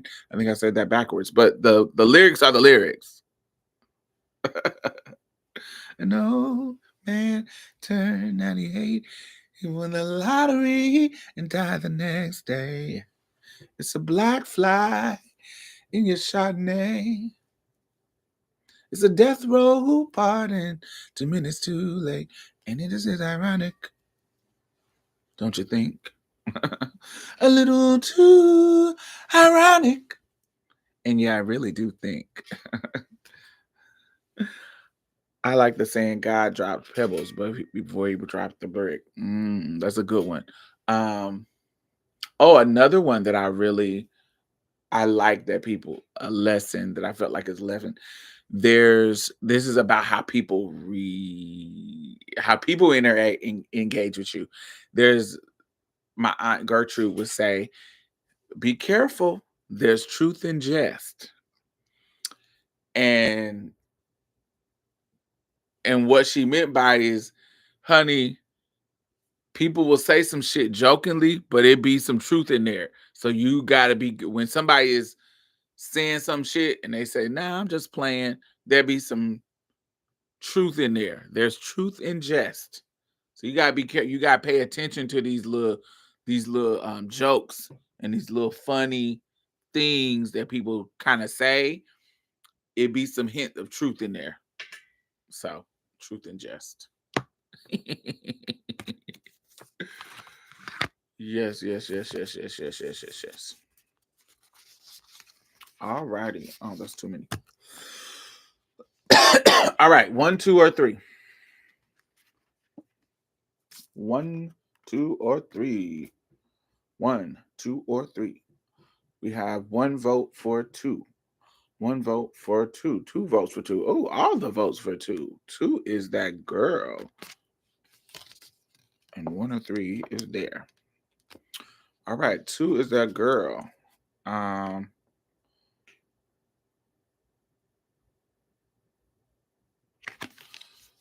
mm, what do you value most now that you didn't before?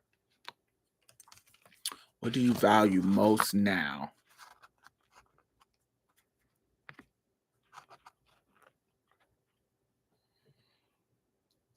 What do you what do I value that I didn't value now?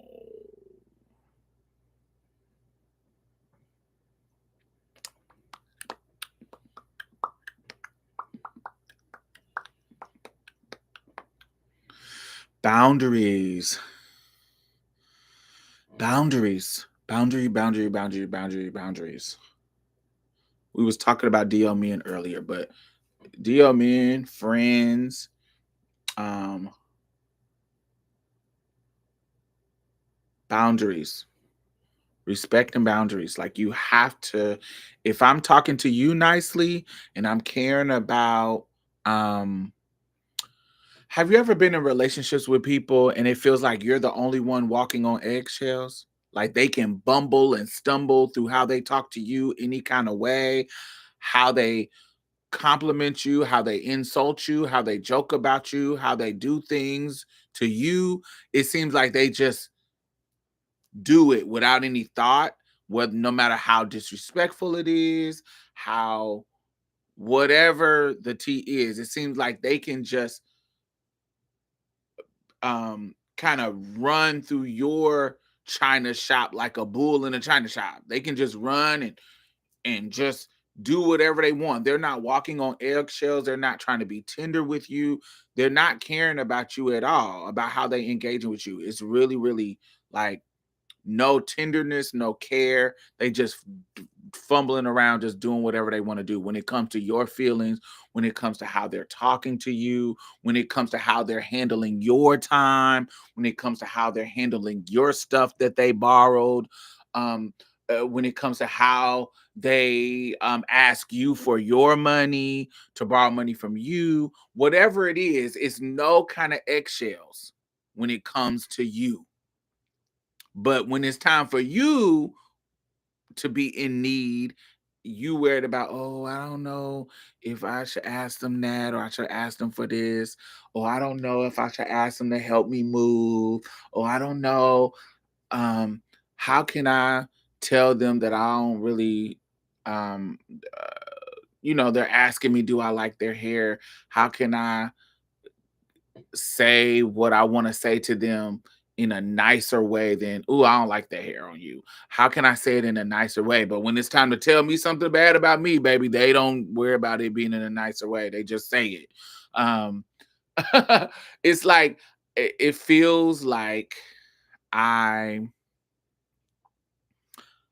there are people I have boundaries with people that they don't have with me. And so I value my boundaries. I value setting my boundaries. Hey, talk to me nice. I'm a sensitive ass bitch. Remember the video I did with Janicia? That's one thing that she says, and I agree with that, and that's how I felt. I'm a sensitive ass bitch, so don't be, even however you engage with me in a way that starts off with giving me the benefit of doubt. One thing that I hate a motherfucker to be come on like a status of mine or under a tweet or in my live and get to saying shit that don't fucking make sense to me of who I am, and not giving me the grace of asking me. Lead with curiosity. Ask me what my thoughts are before assuming my thoughts, or any kind of lack of care. If I have care with you, have care with me. Yeah, I want you to have care. So setting those boundaries and setting saying, hey, if you can't talk to me nice or talk to me with respect and talk to me like I'm a human being, then you don't get to talk to me. No. If every time you talk to me, you asking me for some money, but when it's time to support me, you don't help. And we ain't even talk about giving me no money, but just even come and support something that I did. Oh, I got an event. Will you come to the event? Here's the flyer. And you don't even come to the event. You don't even come to the event, but you quick to come in my inbox and ask me for $20, ask me for a ride to your dialysis, ask me for ask me for something, but you can't even support me on shit that don't cost no money. I don't like that.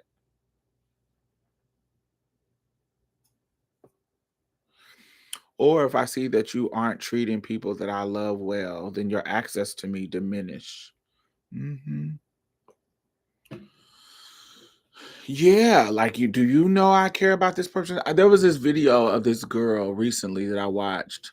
Um I think it's going viral right now, but the girl is basically, I don't know what the show is, but the girl is with her boyfriend and I guess they're with counselors or something, and she's talking about um basically she get her she doesn't her mother-in-law don't like her, and her mother-in-law comes into the house and she has a gift for her son, which is her grandbaby, the mother-in-law's grandbaby, because her son has had a baby.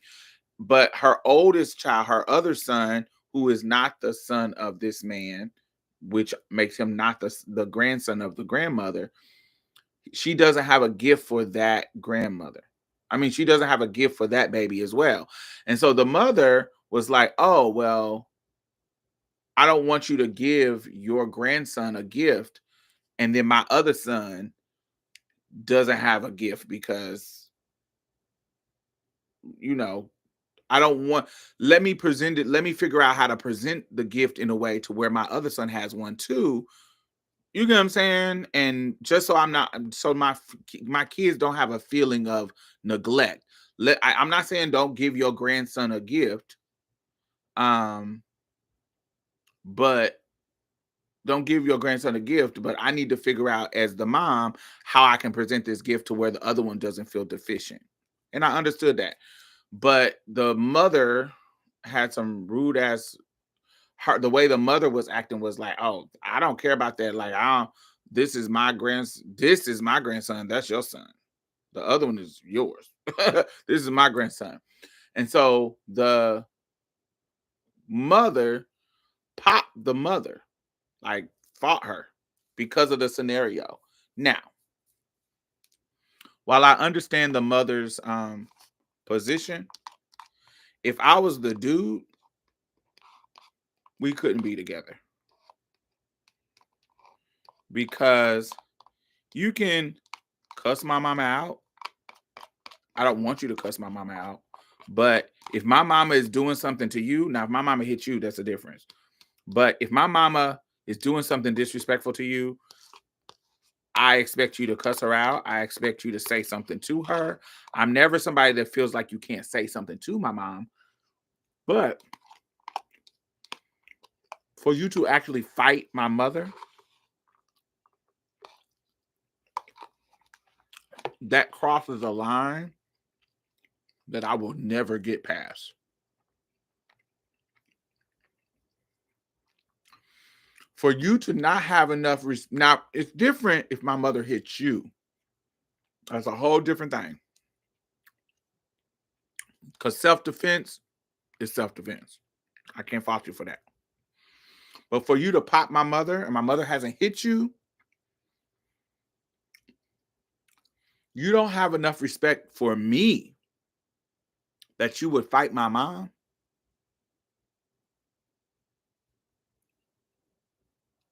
I can't be with you. My mama come in your house and get to cussing and da da da. Cuss her ass out. I won't be tripping about that. But for you to fight my mother, oh, first of all, you have become an enemy. I'm fighting you. You're not fighting my mother. Period. Ain't nobody in this world. My mom passed away, but when she lived, there is nobody in the world who could fight my mother in front of me and I not fight you. I don't care how wrong she is. I don't care what's going on. You are not fighting my mother in front of me and I not be on my mom's side. Sorry, buddy. It's just not gonna happen. Um, but like you said, the woman should have been filtering the communication between the two if they were beefing like that. For me, um, it is my job as a partner. If I see that there is some tension between my partner and my family, it is my job to mediate that. And that mediation could be like, yo, you can't come over here. If you want to see your grandbaby, I'll take my grandbaby to you. You can't come over here to me and my baby mama house, my wife house, because y'all don't get along and I don't feel like being in the middle of that shit. So you can't come over my house because you don't know how to act like you got some sense when you coming over. You know she don't like you to bring just gifts for our baby. And so since I'm not expecting you to bring gifts to the other children in the house, we'll bring the baby to you and you can give them the gifts at your house. I will do that. And we can figure it out there because you and my girl don't get along. That's how I would do it because it's my job to navigate that relationship. Me just putting my hands up and letting y'all go at it, I think that that's corny and my fault. So I'm not letting y'all just argue. Once I see y'all don't get along, you ain't got to come over here no more. Y'all both know I'm gonna have a relationship with you because you my baby mama and you my mama. So I'm gonna be. This is how I think men should be. Get in the middle of it and say, "Yo, y'all not gonna argue. I'm gonna be with her. This gonna be my mom forever. This gonna be my baby mama forever. And if y'all don't get along, y'all don't get along. And so you don't need to come over here. You don't need to go over there. I would control that. Y'all would never be in a situation where y'all would fight. So I thought that was stupid. But yes, that's what I mean by that. Because him not being able to handle the situation says a lot about him too. Yes, and there are some weaker men, but I think you popping his mother means that you don't respect him at all. Because you could have said, "All right, ma'am. All right, mother-in-law, Diane, let's say her name is Diane. All right, Diane, I'm gonna need you to get up out of here. I'm gonna need you to go." Instead of fighting his mom, you can put her out of your house. Be like, "Oh, you're not respecting the boundaries that I'm setting, so you got to get up out of here. It's time for you to go because it's my house." So it's time for you to go. I will bring your grandson over to see you when I feel comfortable. But for me to just haul off and hit your mom, there's a level of disrespect of the person that I just think we can't get past. For me, as a you ain't fighting my mama. Period.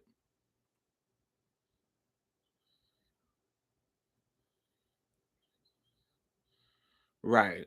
So yeah, so we don't need to be together. If there's no respect there, we don't need to be together.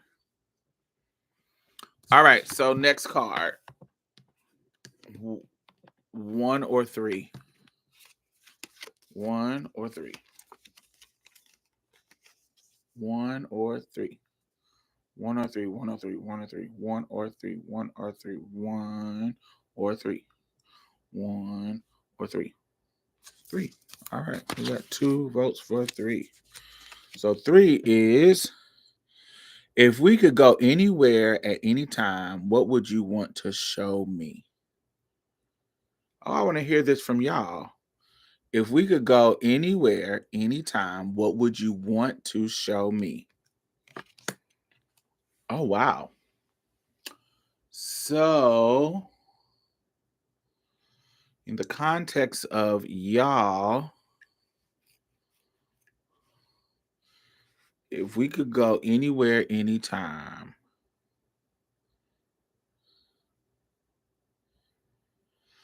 I would want y'all all the stories that I tell y'all on here, I would love for y'all to see the environment that I was in at the time.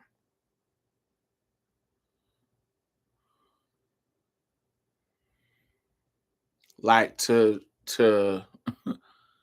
kind of enrich the storytelling. I would love to be able to for y'all to see like the rooms that me and Gerald was in, the what the hallway looked like when me and Eric was doing our thing. What whatever stories that I tell you, I would love for y'all to see because it if I can go back to the time that it was going on, I would love for y'all to see the actual location of the story play out. Yes.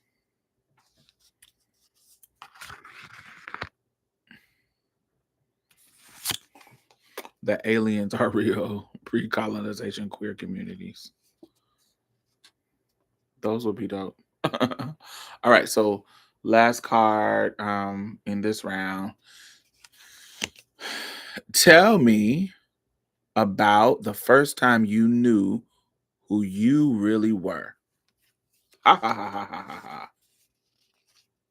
Tell me about the first time you knew who you really were. So this happens multiple. This across I am 43. This has happened multiple times in my life. I know a lot of times when you're trans, people love to say, "So when did you transition?" Or when did you know that you were trans? Those are kind of popular questions. And most of us will say, "Oh, I knew really, really early on, like about 5 or 4 or 5, and I just knew that I was meant to be a girl," and blah blah blah. And then you have that distinct moment in your life when you actually start living full time as your gender identity, your new gender identity.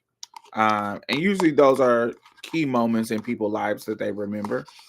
Um, but there was other times in my life that were also just as impactful. So, for example,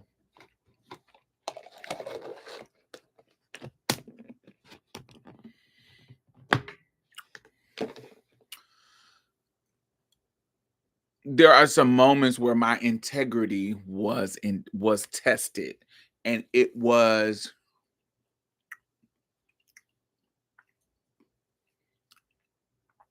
a long time. Um, it has been a long time judgment of my character and my own integrity for myself. So, and there's some nuances, of course, but let me give you a perfect example. So I told y'all the story on um there's a video called of mine called The Regrets of a Good Girl. And I was telling y'all a story about this dude in college who, I kind of had a crush on, but then his girlfriend came to the school and I became her friend. And I didn't know that they were together. But then when I found out that they were together, there was a moment where I could have had him because he drove me to the liquor store and we was in his car and he pulled out his dick and I could have had him, but because of who I am as a person and the integrity I have, because I was her friend in the moment and wanted to grow our friendship, I I didn't want to have her boyfriend because that's so shady and late. I don't want to be that person to where I have no boundaries around, like I just want to be this slutty, have sex with anybody person. I don't want to be that person. And not on no respectability politics like, oh, I don't want to be a slut. No, because honey, if I want to wear you out and I have no connection to you, I'll do that. But being that this is my friend, I didn't want to be the kind of woman who messed around with my friend's man. I didn't want that. I didn't want to be that. Um, And even though we weren't close, we were growing our closeness because, I saw potential in her being a good friend. And so That was a moment in my younger years where I was like 19, 20. I was 20. Um 19. Yeah, I was like 19, 20. Um and I said, "Oh, this is I'm living who I want to be. Who I want to who I want to be. Like I want to be a person of integrity." So, in my whole life, I have never messed with one of my friends' boyfriend or um their partners. I've never messed with anybody's man. I've never messed with anybody in that sense. Um have I been in situations where I didn't know that this was their man? Yes. Sometimes I'll be in that situation where I don't know. I didn't know this was your man and I liked you. Or you know what I'm saying? Shit like that. Not nobody close. Anybody close, I know their man. But sometimes I've been in situations where I didn't know who their man was, but we cool. And I had already hooked up with him by the time I found out that it was your man. I've been in situations like that. But knowingly just sleeping with somebody, man, never been in that situation. Because once I know it's your man, he's off limits for me. Um, Another scenario is when I moved to Houston. Um, I consider my move to Houston as a time in my life that was like the worst. Like it was, I had to grow up. That's what it was. I had to grow up. I was expecting something from my mother in particular, um, that she wasn't gonna give me. That was what it boiled down to. I wanted my mother to get off drugs. I wanted my mother to step up and be the mother that I thought she could always be. She could be, um, just in my corner and I'm your daughter, you're my mom, and you how I see other people's relationships with their moms, like, be a good mother. But my mother started drugs when I was 10, and my mother died of a drug overdose. And so 30 years later. And so because of that, we I because of that time, I wanted my mother to step up and do what the fuck she's supposed to do. Oh my God, why are you still doing drugs? Like, I'm 26, girl. Why are you? When are you gonna get to the point where drugs is boring? Or I didn't. There's certain things about drug addictions that I grew to learn the intellectual side of drug addiction, but my emotional side was, damn, bitch, get your shit together. Why the fuck are you still doing drugs? I stopped my whole life and stopped dropped out of college to take care of my brother, had to go back to school and finish school. And I, I, I literally nothing about my life was fucking,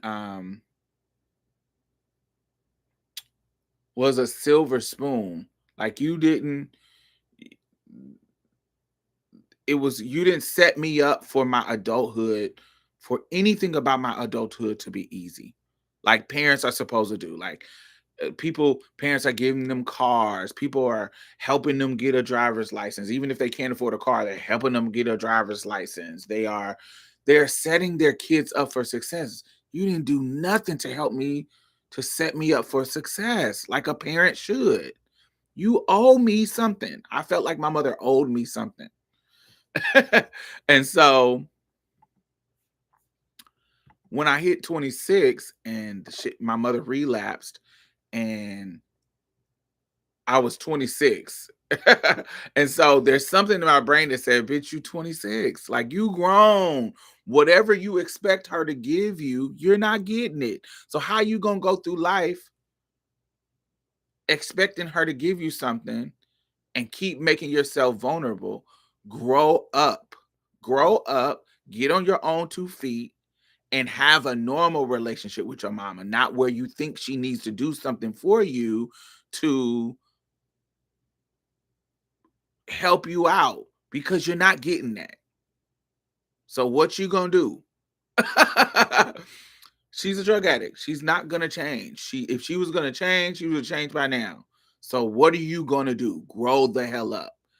And so when I turned 26, I came to Houston with I didn't know anybody. I didn't know anybody here. So I just had to come and survive on my own.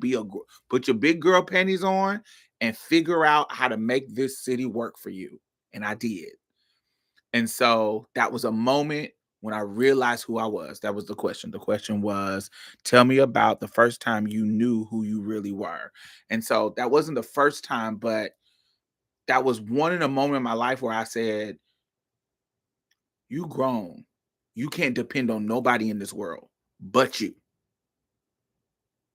You don't, unlike other people, you don't have a safety net. I didn't have a big mama to go home to because I wasn't cool with my grandmother.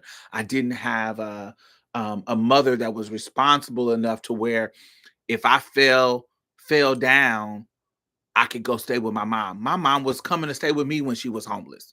So I didn't have a family safety net to be able to go do shit, to go fail and come back, get my bearings and go back out there. Where some people, if they fail, they can move in with their mom. They can come back home. They can, I didn't have that at all. And so that's who I am. I'm a person without a safety net. So I can't fail. I can't, I don't have the luxury of trying shit out, going out and exploring the world. And if it doesn't work, I can come back home. No, I don't have that. And so coming here, that was a moment in my life where I was like, oh, you got what you need. You got the skills, you got the work ethic, you can do what you need to do in in in the world, and you don't need the safety net that you think you need. All the things that you wanted your mother to do for you, you actually don't need. You can it'd be good to have it, but you don't need it to be an adult in this world and to go out and be successful. And so yeah, that's when I found out who I was. All right, so vote for one, two, or three. One, two, or three. One, two, or three. Wait, is that how we did it? One, two, or three? Yes. One, two, or three.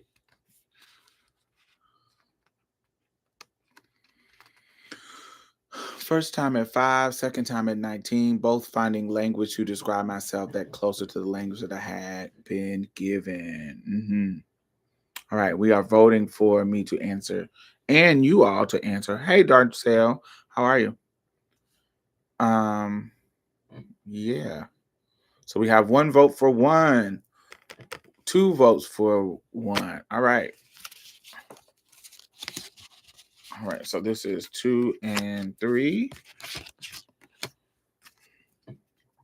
All right, you ready?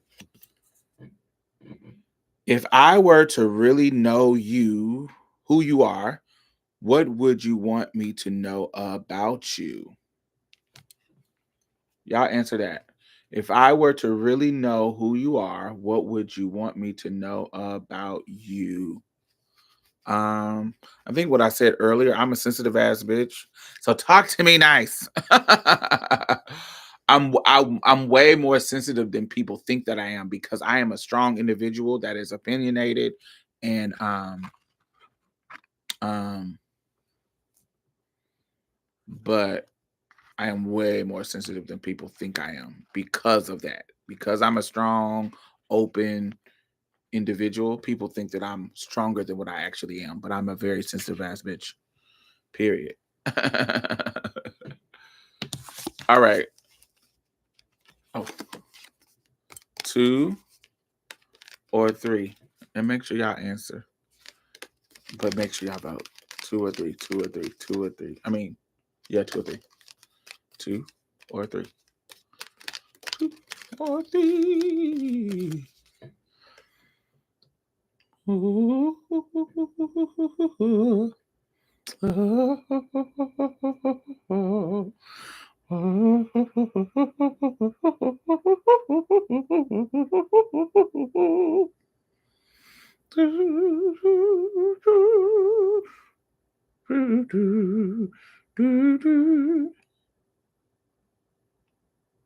I value integrity more than most things. Dope. One vote for two, one vote for three. All right. Two. Two has the most votes. All right. I value integrity more than most things. What's number two? If integrity is one, what's number two? Number two card is, what do you love most about your friends? Oh God, this is a beautiful question. I love this question. What do you love most about your friends? So I love that most of my friends, in some way, shape, or form, are more brilliant than I am. In some way, there is something that I think that they are so good at, and I admire them about it because I don't have the skill. There's my I'm somebody that surround myself with people who, there are similarities, there's some overlap to us, but I also love to be around people who teach me something, people who are better than me in some kind of way. And yeah, there is something about each one of my friends that they are much, much more brilliant um, in things. And I'm not just talking about intellect, I'm talking about there is some skill that they have that I admire, that they're really, really good at. Um, Ty. Ty, when we were younger, Ty, people don't know this. Well, they know it because she in through her drag career or whatever. But Ty is like really, really artistic. And one of the things about her when she was younger that I love is that she could draw. Like I could draw too, but she just was, I just loved how she drew. And I even like I have a um a journal of hers from her younger years that I kept, that has some of her drawings and some of her, just journal entries that she lost, and I found it. I found it somewhere. I don't know where the fuck I found it. I found it somewhere. Like it was in some old shit. I can't remember where I found it, but I found it and I kept it. I didn't even give it back to her. I just kept it because it reminded me of our childhood and what I loved about her. And so her artistic ability, her she's a social butterfly, so people love her. Um she is like I would love to, like if I was on a trivia show, I would love her to be on like a trivia show with me because she knows random shit. She's like me where we know just kind of random shit. And so yeah, I love that about her. Um Arya is just a brilliant mind. She's a Scorpio. She just has a brilliant mind. She's really good at like strategizing. Um yeah, she just has a brilliant mind and I like how she thinks about things. Especially when she's thinking deeply about them. And she's a fashion girly, and I'm a fashion girly. So, I love her fashion, even though I don't, it's not for me. On her, I like how she wears her fashion for her. like, she tells a story with her fashion, and I like the story for her. I like it. Um, when we think about like Brianna, what I love about Brianna is that, honey, when Brianna says she gonna do something, she gonna do it. Fearlessly, honey. Oh, I don't like this job no more. I'm gonna quit it and give me another job. Bam, quit it, get her another job. As a person who has been homeless, I have trauma around that shit. So me just quitting the job, ooh, that's scary. I don't like that. I have to be forced out.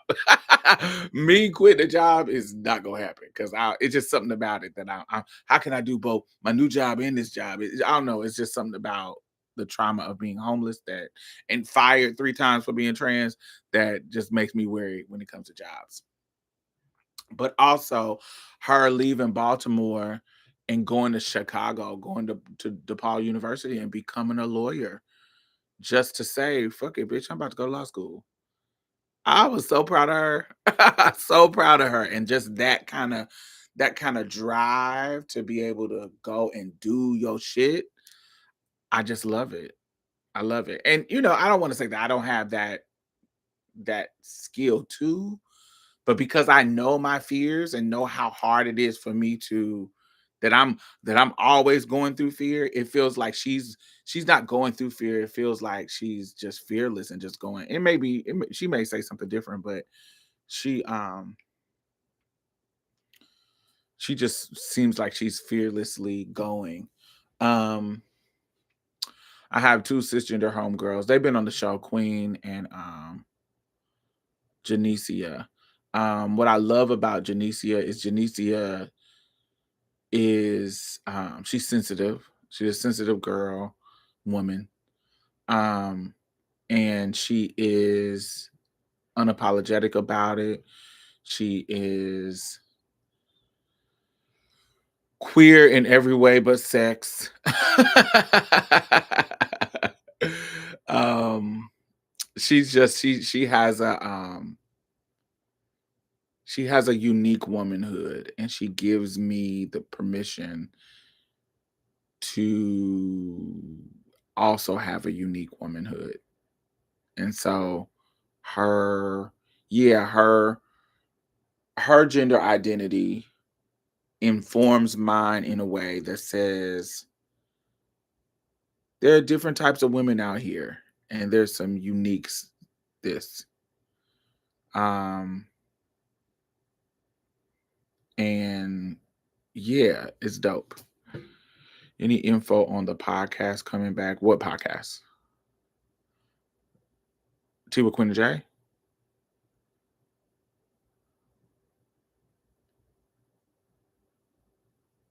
Is that what you're talking about? It didn't leave. It just went behind the paywall. You gotta be a patron. They do an episode every month. But I think that they're gonna come back in September.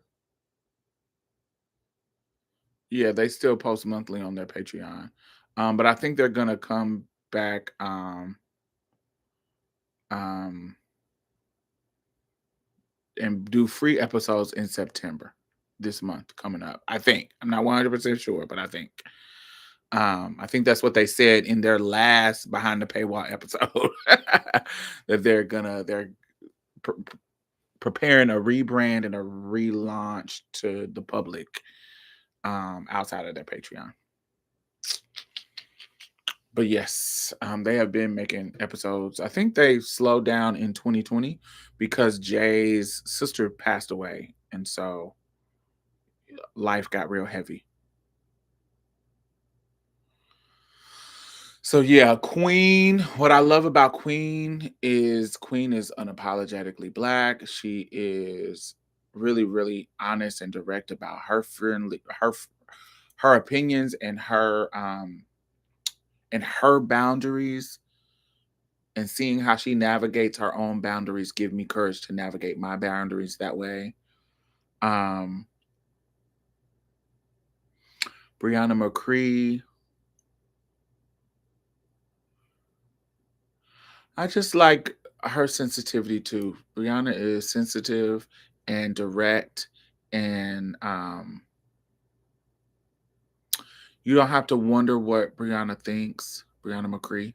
You don't have to wonder what she thinks. She's very thoughtful in how she talks to you. She cares about how she talks to you. Um, there's a sensitivity there that I admire, that I think is great. Um, my brother, my brother is my friend. He's my brother and he is my friend. And I love that as he has become a man, he has become one of my male confidants. My um I think you need to have male confidants as well as female ones or woman ones. and he is my few. I have some other ones, but my few cis het male confidants where I can talk about things with him. And he's not dumb. Like he literally, you get what I'm saying? Not just, you know how sometimes when you're talking to dudes, particularly cishet dudes, it feels like it's always an argument. Like they always got some rebuttal that doesn't fucking make sense. Um, Instead of just accepting the truth about a scenario, they want to argue. Well, what about? Well, I don't like child support. Well, what about the women that keeps the father from the children? Not trying to be accountable at all. It's all my brother is not like that. My brother is you tell him some information or tell him about something. He's like, oh, yeah, that's true. I didn't think about that. Or, well, what about this? It feels like you're moving him, like he understands. Like it's not you ain't you it doesn't feel like it's always a battle. It feels like, oh, I'm understanding this point. Um and if he does rebuttal with something, it makes sense. It's not to undermine accountability. It's to, well, this is my experience with this scenario, or this is what I know the fathers in my life, or this is what I know about men in my life. Da, da, da. It doesn't feel like I'm totally not holding nobody accountable over here. And I think I enjoy that about him. I love that about him. Let me see. Who else do I consider my friends? I have a cousin, Cliff, who is my friend. Cliff is, and we talk a lot. Um,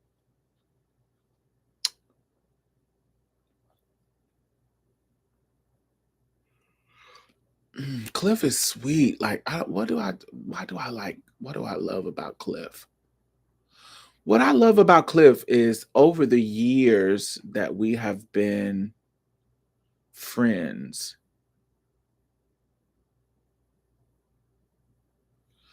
there has not been a drastic change. There has been changes, but in regards to what I became friends with him for, why I like him as a friend, it hasn't changed at all.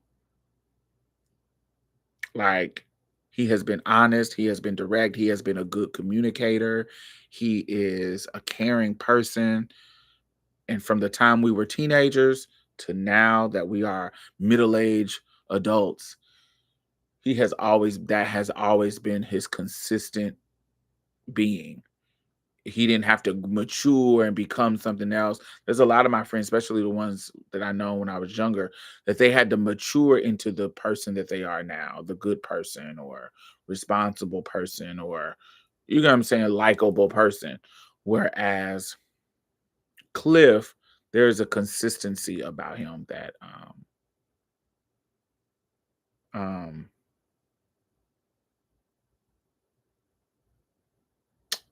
that we never have to relearn each other. We have been the same. Our relationship has been the same depth and same honest and consistent relationship for years since we were younger.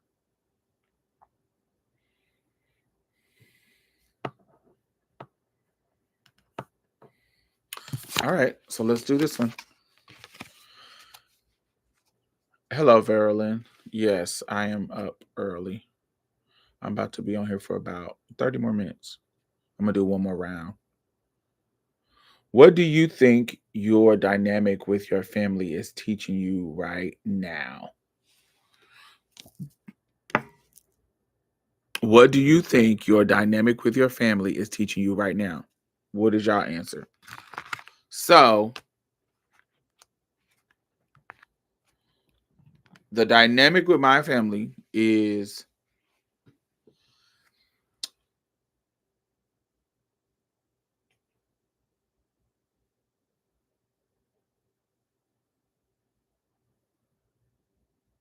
the blood of the covenant is thicker than water. The real quote, let me get the real quote.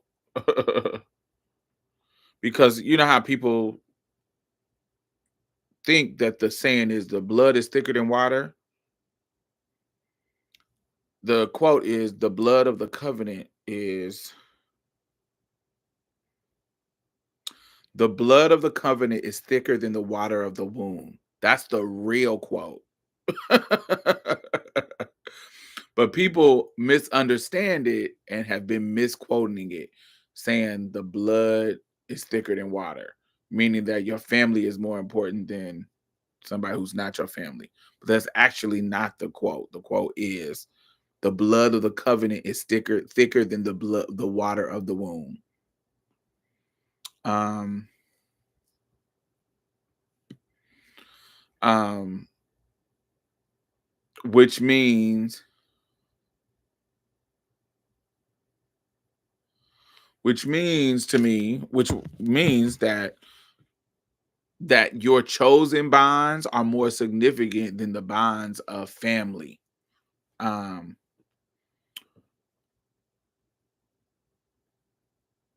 and more directly, it means that relationships you make yourself are far more important than the ones that you don't choose.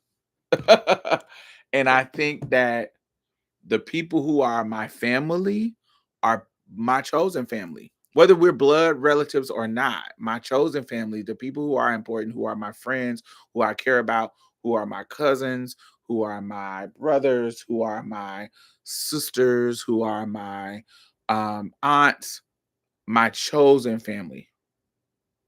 My chosen family is my family. And I am loyal to them and I care for them and I want them to succeed and I want them to be happy and I feel that that energy is reflected back to me. They want me to be happy, they want me to succeed, they care for me. And so those dynamics,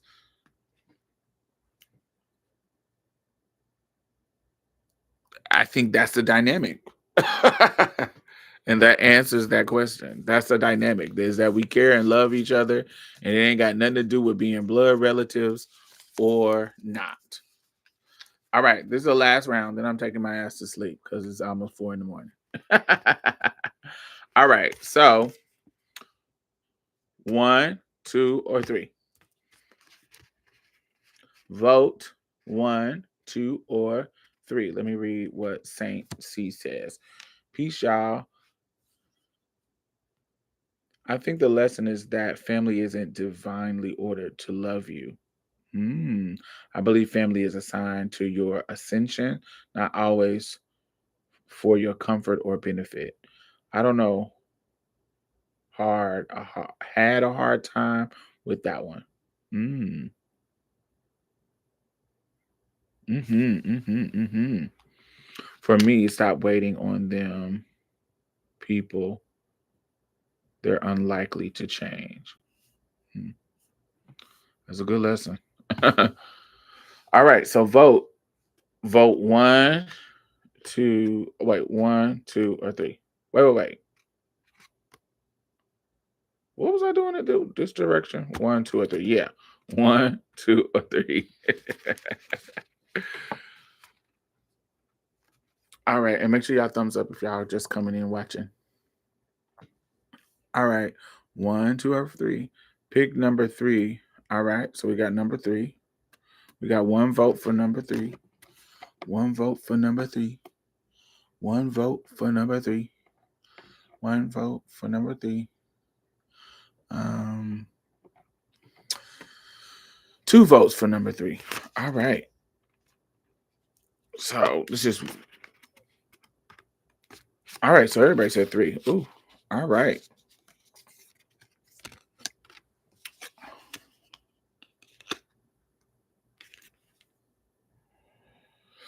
What do you think I've yet to learn about myself? What do you think I have yet to learn about myself? Hello, Jenny. What do you think I have yet to learn about myself? Doo-doo-doo-doo-doo. What do you think I have to learn about myself? Mhm. Um, I want to see what this person right now, the iteration of myself now, looks like in love. I've been in love before, and I've been in love, like an infatuation, in a love with somebody who didn't love me in that same kind of way. And I've also been in a love relationship before where they loved me the way I loved them. So I've in my younger years, I experienced that kind of love that everybody experienced. Well, I won't say everybody, but people experience where you love this person, they love you, and y'all are trying to make it work. Didn't work, but y'all had that in love moment. Whether it failed or didn't, or it still is going on, however it worked, y'all had that love. So I've experienced that. But that was in my younger years. That was in my 20s. I spent my 30s not really trying to build relationships. I do want to see what being in love as the person I am now looks like. So I think I have yet to learn what that looks like, what that will look like as a adult grown ass woman who have experienced life. When back in the day when I was in love, I hadn't experienced life that much. I was in my early 20s, and even the ones in my high school, in my younger years, my puppy loves, all the men that I had in my teens and 20s. I remember the love and the feeling of love, but I hadn't experienced life yet. And so I have experienced life now, or as much as I could so far. And I think it's been a lot. And so I want to see what love feel like now that I can appreciate it in a different way. Now that I'm secure in myself, now that I have more tools to care and love, and I have more tools of communication and communicating right. And so yeah, I want to see how that is. That's what I want to learn about myself. Oh, you're up late too. Yes, yes, yes, yes, yes, yes, yes. All right. So yes. Ooh, that's kind of heavy. Yeah, all these are kind of therapy questions. All right, so we just did three, so two or one. One, two, one, two. Vote for one or two. Mm, mm, mm, mm, mm, mm, mm, mm, mm, mm. One or two. One or two. One or two. One or two. One or two. One or two. One or two. We got one vote for one. I don't know. It's giving one now. So we got two votes for one. All right. So one is, oh,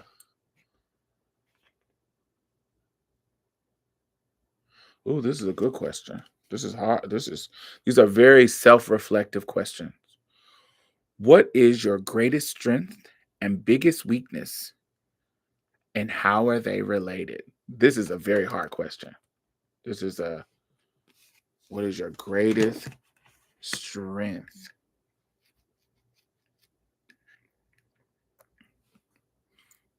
Ooh, a bunch of ones. All right. So yeah, what is your greatest strength? Oh my God, these last two questions, I said these is gonna be the last two. These are wait till y'all get to three. That's gotta go. These are some good ones. What is your greatest strength and biggest weakness? How are they related? I don't even know how to answer that. What is this card game called? It is called the and Stranger Edition.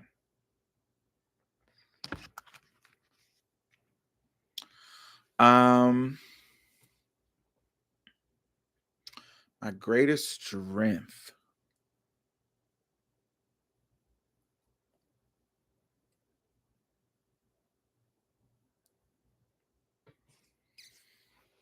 My greatest strength is my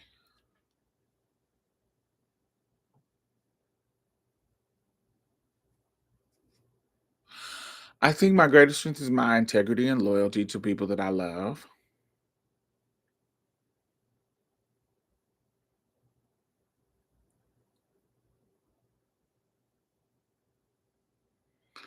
I think my biggest weakness is my pride.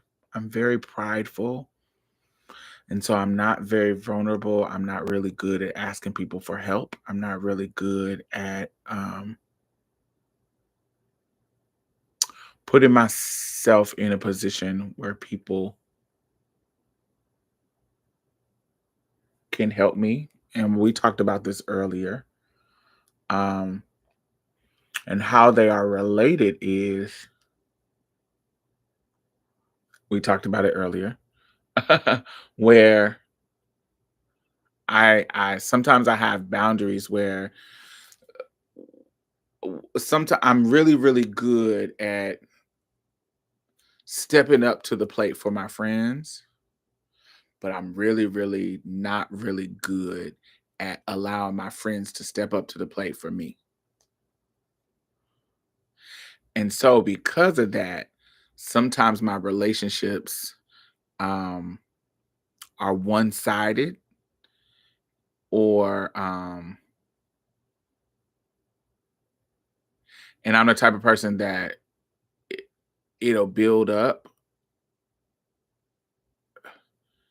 So I will be this person that won't accept help, that won't ask for help, and I will be there for all the people in my life. And then when something goes wrong in my life, I'm in my brain saying, "Oh my God, I don't have anybody." But then I gotta say, bitch, you ain't told nobody what's going on. You ain't asked nobody for no help. You ain't, you know what I'm saying? Like, I'll be in a situation like, I ain't got no motherfucking body in my corner. I'm in everybody corner. Uh, I'm in everybody corner when it's when they having problem, but when I'm having problem, ain't nobody in my corner. I'm that type of bitch, dumb bitch. When I ain't told nobody nothing, I ain't because my pride, because that's my weakness. Um, and so it puts me at these extremes where I'm going super, super far to be a great friend, but I'm not making myself vulnerable enough for my friends to be great friends to me. And then I have this disconnect. So that's how they are related, which I'm working on. So the question was, what is your greatest strength and your biggest weakness, and how are they related?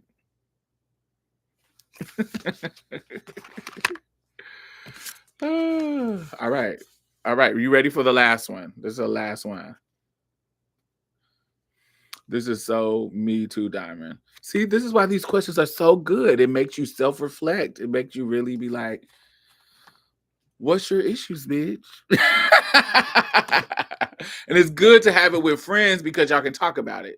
This one is meant specifically for strangers, though. But there, I have another one that is meant for you and your friends, so y'all can have deeper conversations. We should have had this at the Vernus. We should have had this at Arya's little gathering tonight. It would have been kind of fun to play. Next time we have one, I'm a bring it. Um, What's your okay? Ain't this a good question? This is the last one. What is your greatest fear getting older? What is your greatest fear getting older? What is your greatest fear getting older? What is your greatest fear getting older? My greatest fear getting older is me dying in this motherfucker. And because I'm kind of, you know, it's me dying in my house and I actually tested this out, and because of the isolation of my life, I have friends, but people don't just be coming over my house. I don't have people just come over my house. So it would take a minute for somebody to realize that I'm dead. Like, of course, the podcast wouldn't go up. I wouldn't go live. I wouldn't. How long would it take for somebody to actually find me? Like, that is something that I think about. How long would it take? Like, if I'm not posting on Facebook, I'm not posting on YouTube, I'm not posting, how long would it take for somebody to find me, to find my body? How long would it take? Because I know y'all have seen these videos of people who have passed away in their apartments and they nobody find them. Their bills are on auto pay. So it's not like the lights or something cuts off. Um, like my bills are on auto pay. So it's not like it's nothing to hint people other than, oh, she didn't answer her phone. Oh, she hasn't been posted on Facebook. How long will your friends go before they actually come to your house and see if you're alive? How long will they go? Oh, and I'm somebody who, oh, I'm just in my mood and I don't feel like talking. So I might not answer the phone. You get what I'm saying? So sometimes I don't feel like talking, so I'm not answering the phone. Or me and my friends will talk on the phone, but we won't actually see each other. You get what I'm saying? We'll talk on the phone, but we won't see each other. How long will it take before somebody says, man, I need to go open this door? I need to go over her house and open the door to figure out what's going on because we haven't seen her, talk to her, and we ain't heard nothing. She ain't posted on Facebook. She ain't posted on here. What is going on? How long will it take? That is a fear of mine as I get older that keeps getting worse and worse and worse and worse and worse. How long? And it's not that it's the it's the and I think because of how I live, it would take a long time for somebody to find me because me not talking to my friend for a week, that's normal. 2 weeks, no. 2 weeks, no. But a week, I'm busy, bitch. I'm working. I've been in a conference all week. And so I, I'm social butterflied out. So I might not call you until the conference is done. And then I give you all the tea on what happened at the conference. So we ain't talked for a week because I've been working, bitch. So that's normal. Um, but how long would it take? Y'all to answer that question. How long would it take for if you haven't heard from your friend, how long would it take? Give me like an estimate time for you to be like, yo, I need to go over to their house and knock on the door and get a motherfucker to open the door. Not just knock. I need to know my friend because I haven't I need to know what's going on with my friend because I haven't heard from them. They're not answering the phone. How long would it take? 2 weeks? 3 weeks? A month? How long would that take?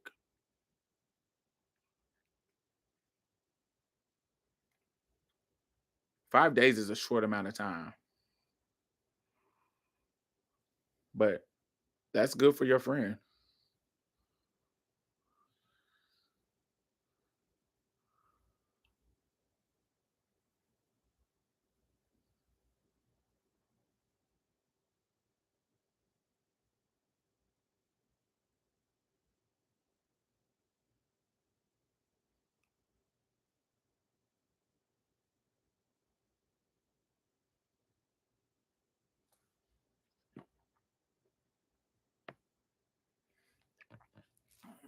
How long would it take?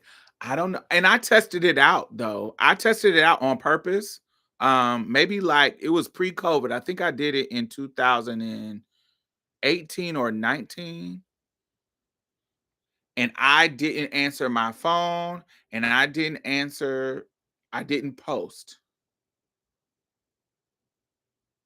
And it took my homegirl a month before she came and knocked on the door.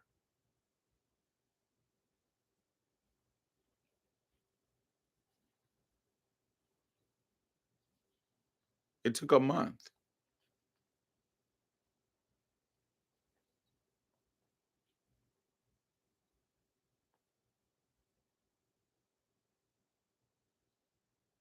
Yeah, before I tested it out. And before she came and actually knocked on the door, it took a month. She called a bunch of times. She asked my other friends, like, "Have you heard from Diamond?" Because I was testing it out to see how long it would take. And my other friend was like, "Oh, she cool. She probably just busy." She probably just busy. It took a month. It took her like a month, like 4 weeks. 5 days. That is a y'all some good friends. 5 days. I don't think it would definitely take me more than 5 days before I would check because it not talking to my friend for 5 days is a common occurrence. It's because we're busy and we travel a lot. Not talking for 5 days during like a conference week, during like you know, I have an event that I gotta go to. Like me and Arya, we didn't I just went to DC. DC from Thursday to Sunday. That was 5 days. I mean, Tuesday to Sunday. That was 5 days. I didn't talk to her while I was at the conference, while I was in DC. I talked to her when I came back. Did Monica's death make you more interested in that? Not more interested in that. I've been I've I've been thinking about this ever since 2000 and when did I have a trans girl that passed away on Christmas Day.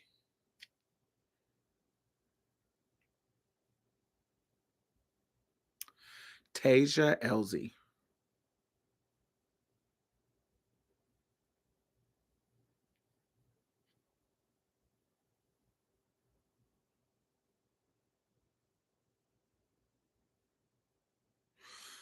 She passed away the day after Christmas in 2008.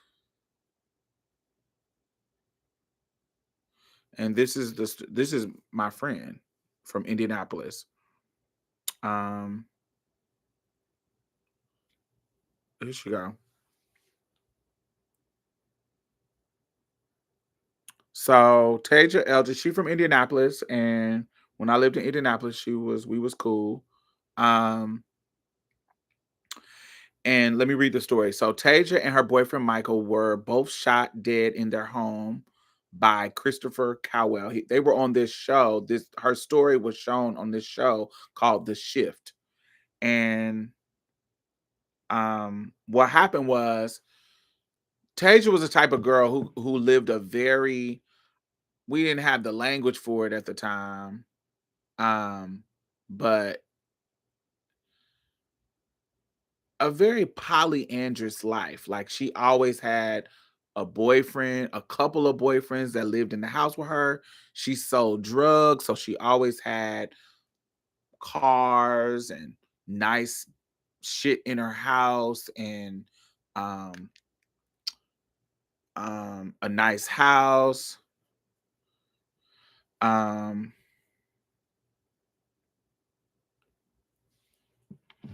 yeah, this happened December of 2008. Yes, I was on YouTube at that time. So yeah, I would have talked about her. Um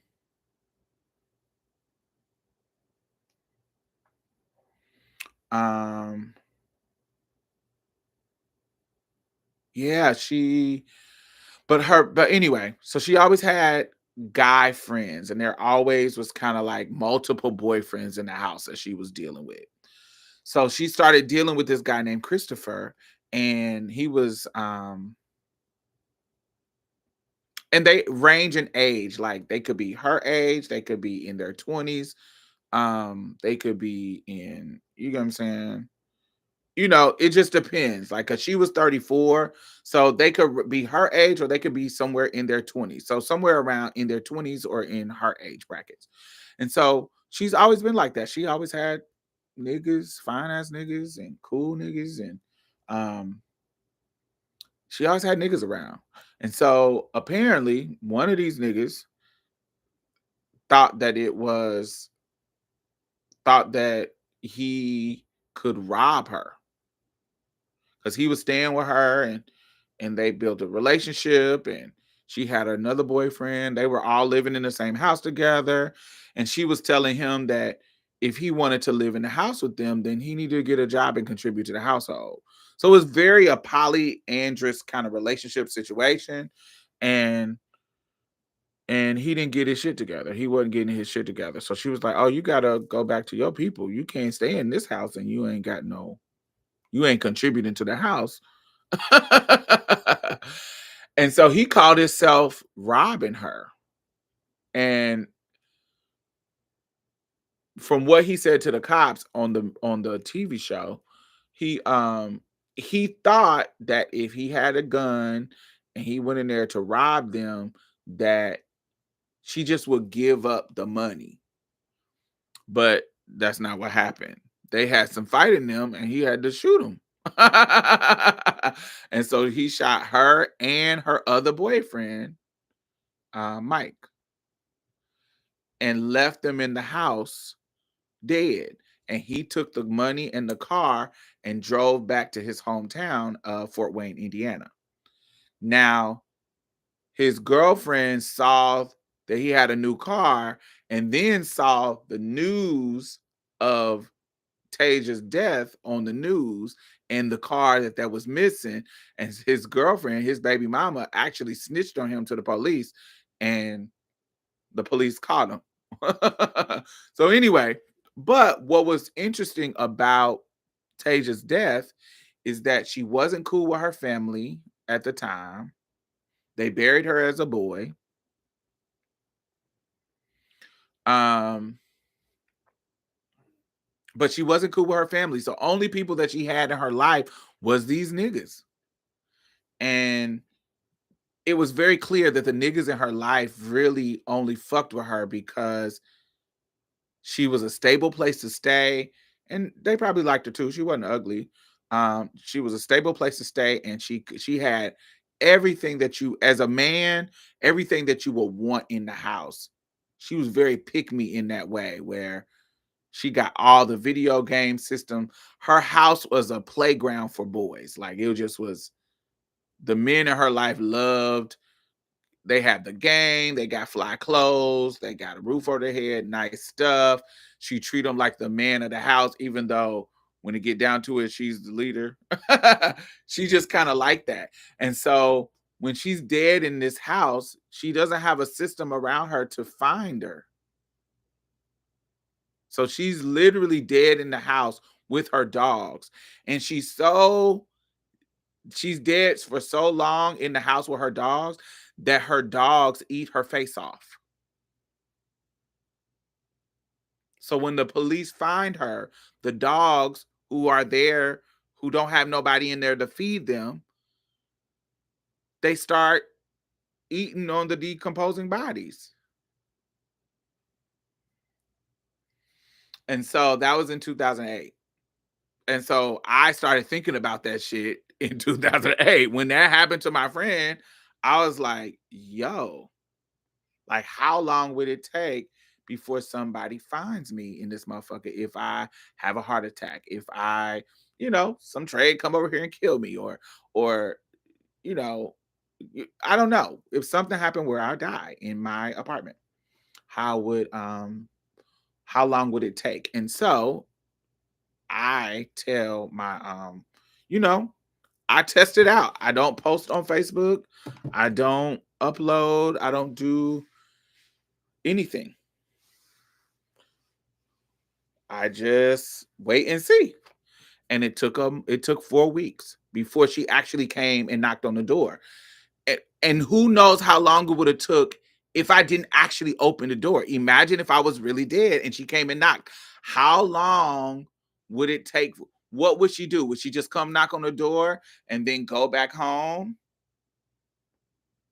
and say, "Oh, damn, I knocked on the door and she didn't knock," and go back and tell my friend, "Yo, I went to Diamond House and I knocked on the door and nobody answered and nobody ain't heard from her." How long will it take till somebody forces the door open? You get what I'm saying? How long would it take? Because then there's a moment of that. Because now your landlord is like, "Oh, y'all don't have no rights to this apartment." So we're not just about to open somebody's apartment for you. And her bills are on auto pay, so she paid her rent. So it's like maybe she's just not talking to you. How long? Do you see what I'm saying? Do you see what I'm saying? There's so many things that will stop the process of somebody actually getting here in here and finding out that I passed. Only person who have access to my apartment is who can, like, based on if I pass away, is my brother. My brother lives in Ohio. How long will it take for one of my friends to hit up my brother on Facebook and say, "Hey, we haven't heard from Diamond. Have you heard from her?" And he gonna say, "No, I haven't heard from her either." For him to have enough time to get off of work and come down, get a key to get him out. Do you see what I'm saying? How long is that process going to take before somebody takes it seriously and say, "We have not heard from her and we need to get in that apartment"? The last time I tested it, took 4 weeks.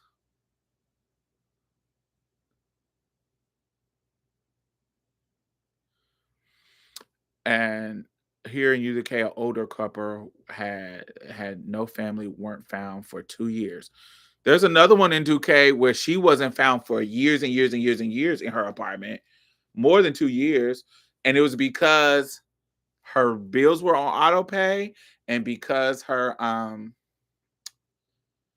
um because the way her air conditioning was working, it was pushing out the smell. So the smell wasn't going to in the apartment for people to smell her decomposing body. It was actually going out. The way she had the air circulating, it was circulating out. So nobody was even smelling her decay.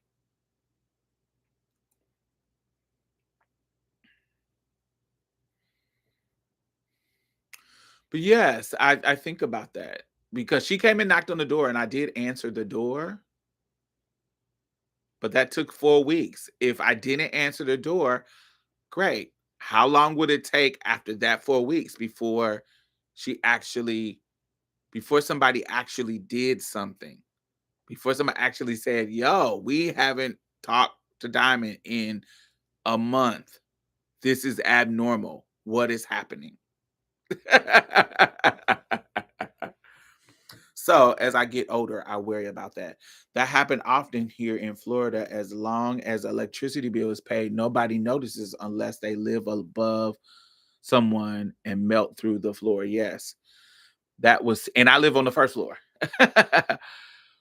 Was still watching your video on the transmitter. I think I missed out with the one that told you to go with the flow. I think that was the code for he was going to do something you want him to do. Well, he wasn't conveying that message.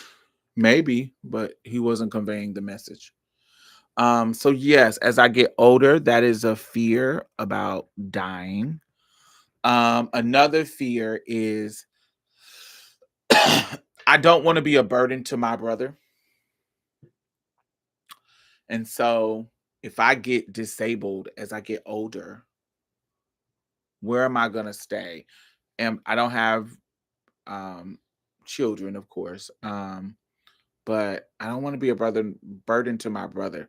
So if I go into a nursing home as a pre-op transsexual, how are they gonna treat me having to clean me up and I got titties at the top and dick at the bottom, titties at the top and dick at the bottom.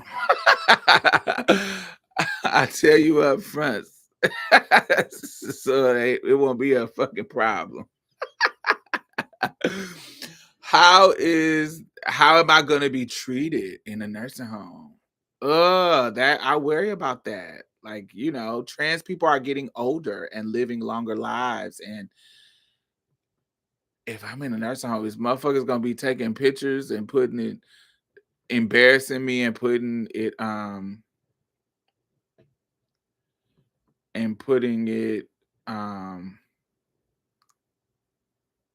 on the internet, taking pictures. I worry about that. Is he still single? I actually married him. We just got divorced in 2021. Yes, he is in a relationship. He is not single. He's in a relationship with a white cis woman. My friend is a nurse and she had an old trans woman in a nursing home where she worked, and my friend said they treated her so badly. Do you see what I'm saying? I that is that is a fear of mine. Y'all got me running around with a beard. I got lasers, so I don't think I'm gonna be able to grow a big ass beard. But what about the hairs that turn gray? You can't. The hairs that turn gray on your face, laser doesn't get them off. So if there's some, and what people also don't know, as you get older, there are some hairs in your face that were dormant in your younger years, but as you get older, they come out of dormancy. They start being active. And so if they're gray, your laser won't get them. Mm. This is a big fear for me too, especially as a retired nurse. But I will say we had LGBT positive training, which is good.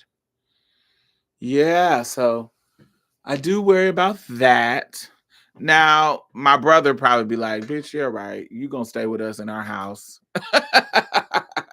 and me and my kids gonna take care of you." But I just wouldn't want to be a burden like that. I don't know. It feels quite extra. But I do worry about that as I get older.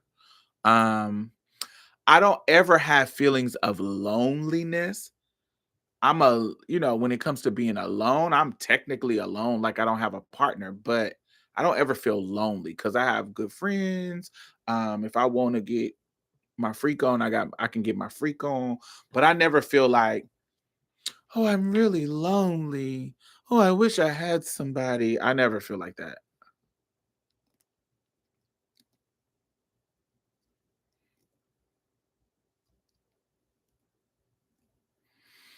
By then, hopefully, it will be home specifically for trans people, and then your nieces and nephews might see to them homes treating you right.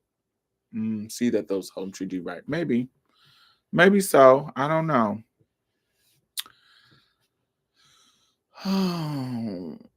But then I wouldn't want to be a burden to my nieces and nephew. They're gonna be trying to live their life. I don't know. I just wouldn't want to be a super burden to people.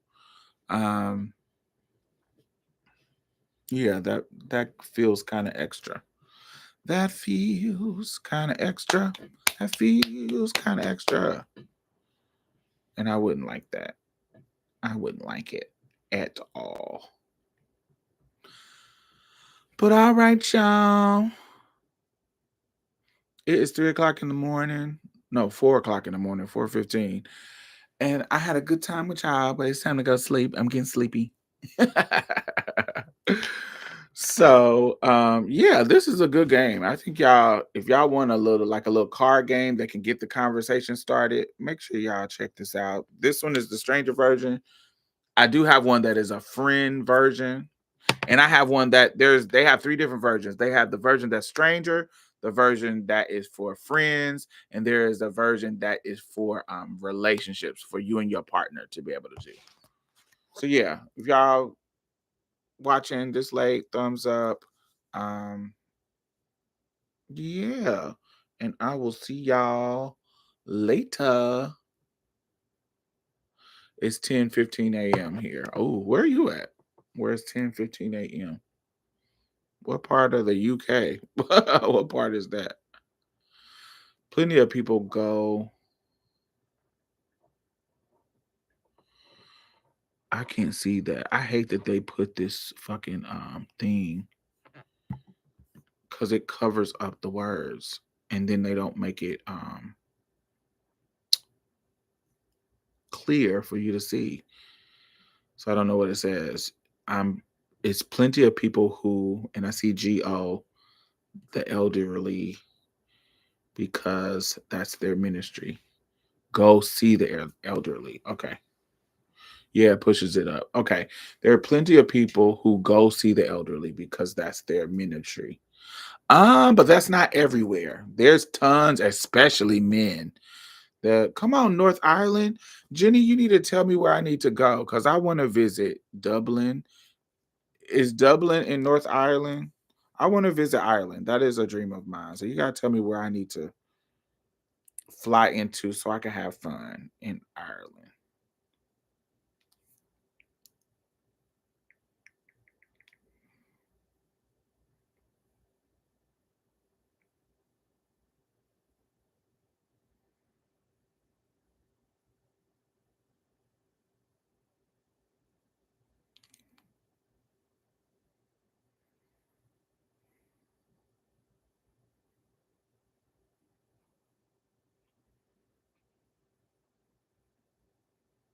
Oh, that's South Ireland. Okay.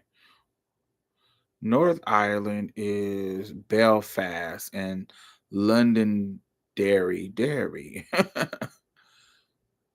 I see Belfast. I see where do you live at? I see Downpatrick, Newcastle. I see how do you say this? Macharafelt? Is that how you say that? Macharafelt?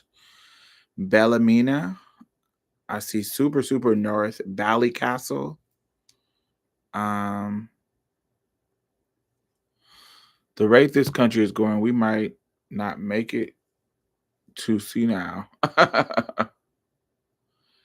Belfast. So you in the main, is that the main city? That looks like the main city. Belfast look like the main city.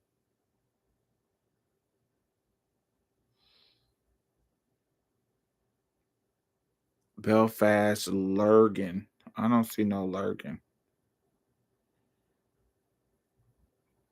Lurgan.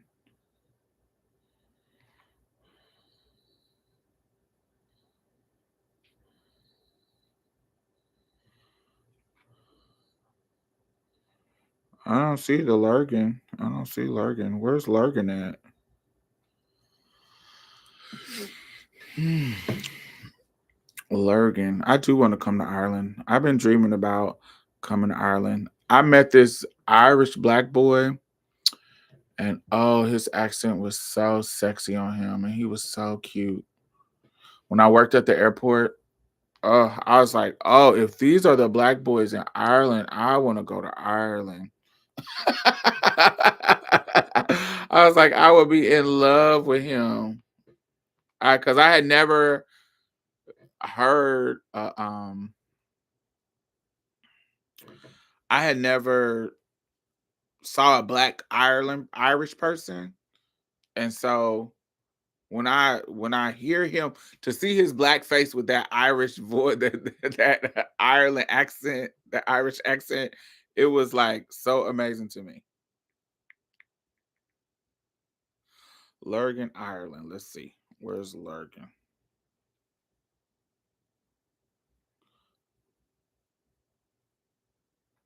Okay, Lurgan is by what is this big lake called? Low Knee? How do you pronounce that? Low Knee?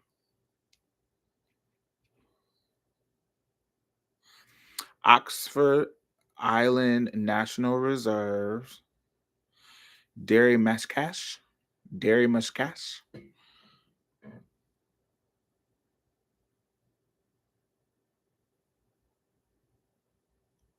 Darlingtown. Dolingstown.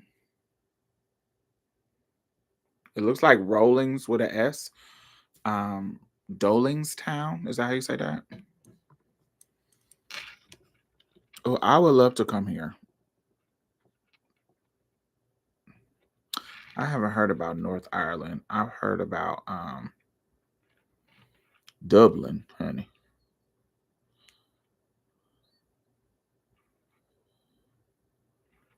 How far is Dublin from where you at? It looks like it's a good.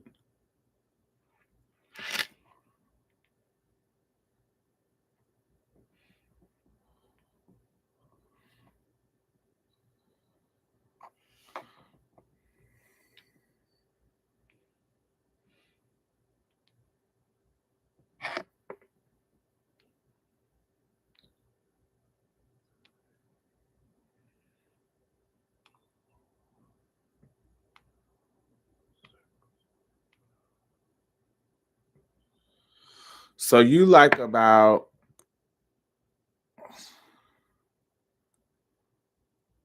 80 to 100 miles?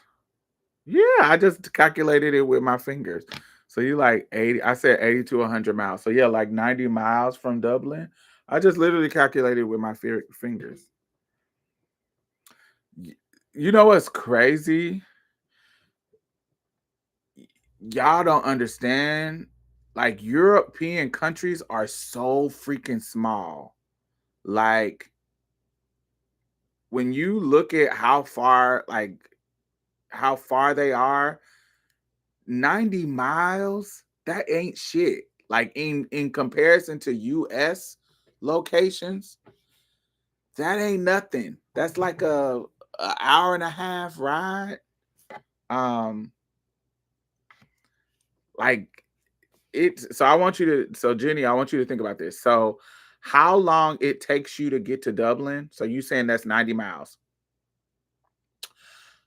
If say that it takes you what's that, like an hour and a half drive for you? It takes if it's like in the middle of the day to get from one say in the mid not so say it's like during rush hour to get from one end to Houston, the city I live in, to get to one end to the next end, like from the north side to the south side, takes you about 2 hours. Like if it's traffic. So you will get to Dublin faster than driving through Houston. Right. It would take you, okay, so let's say 2 hours. It would take you the same amount of time for you to get to Dublin to get from one end of Houston to the next end of Houston, my city. And you are going through countries. Like you're going through North Ireland to get to South Ireland. That gives you a mindset of how big Houston is. So if it's no traffic, you can do it in about an hour. If it's no traffic at all, I think you can get to one end to the other end in about an hour. Like if it's no traffic at all, like you just going from Spring to like what is it, Pearland? It might take you about. You could be almost to Austin in 3 hours. Yes, two. Yeah, two. That's how. Like all of Ireland could fit in Texas.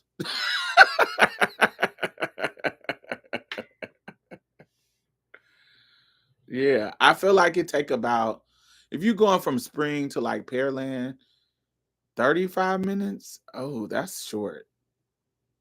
I feel like that's too short because it takes me 30 minutes to get from my house to the airport. Yeah, you must have been zooming because it takes me about 30 minutes to get from my house to the airport.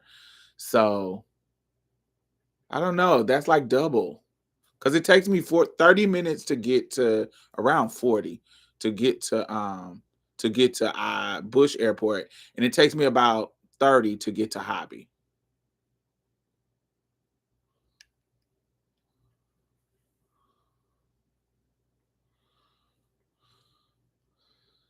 I did about 85. Yeah, you were zooming.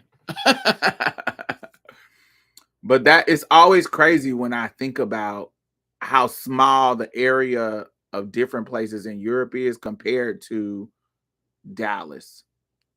So, I mean, compared to United States. In the United States, if you go, it takes about 3 to 4 hours, 3.5 to 4 hours to get from Houston to Dallas. Ain't that, or 4 hours? About 4 hours, maybe, if you're driving the speed limit.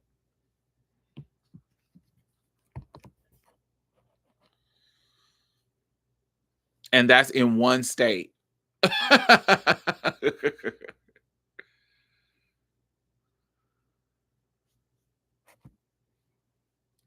Yeah, so when I see y'all live where y'all stay at, like from Dublin to where you say, you saying it's like 2 hours to get to Dublin. That's such a small drive in comparison to me. Like I'm like, oh, I could get to where you stay. That's just 2 hours because that's nothing to me. That's literally nothing.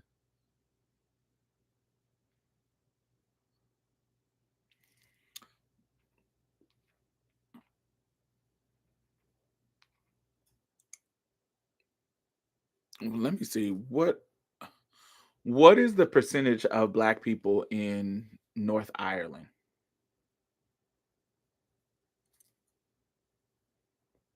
Ooh, y'all ain't got no niggas up there. Y'all ain't got no Black people, baby. Ooh, Lord. The UK census in 2021 said it was 1.19% of Black folks. Damn. Dublin, Ireland. Woo. Lord. Yeah. They said that is about 11,000 people. 11,023. 11,032 people.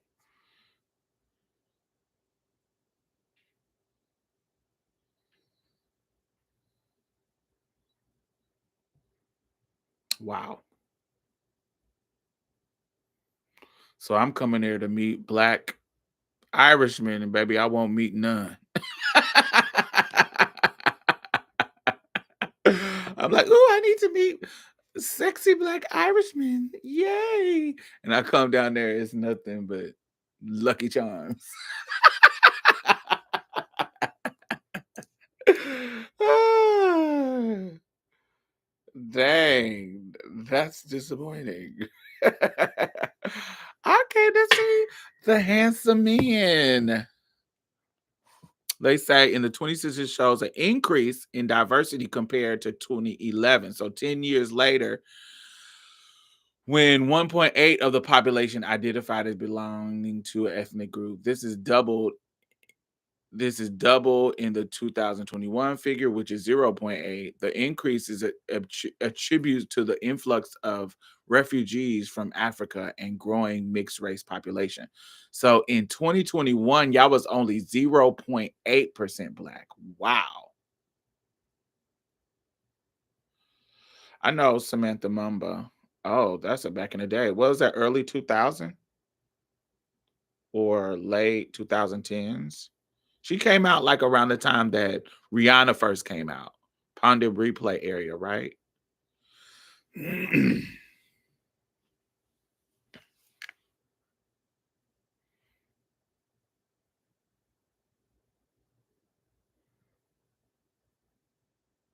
Earlier? Okay. It takes about 16 hours to just get across some parts of Texas, and you're still in Texas. Yeah, from Orange to like El Paso. Woo, it's long.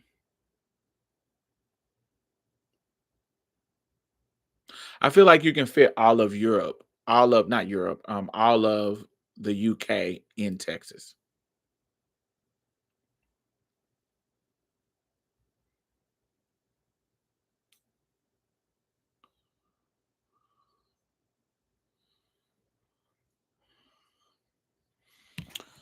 All right. So it says I'm supposed to have gone, but now you got me. Now you done wrecking my brain about my one of my dream places to visit because I just like how pretty Ireland looks. So I always wanted to go there. I've been infatuated with Ireland since Braveheart. um and since I met um that Irish boy, the Irish black boy, I was like, oh my God, he's so cute. And I just want him to talk to me sexy with that Irish accent.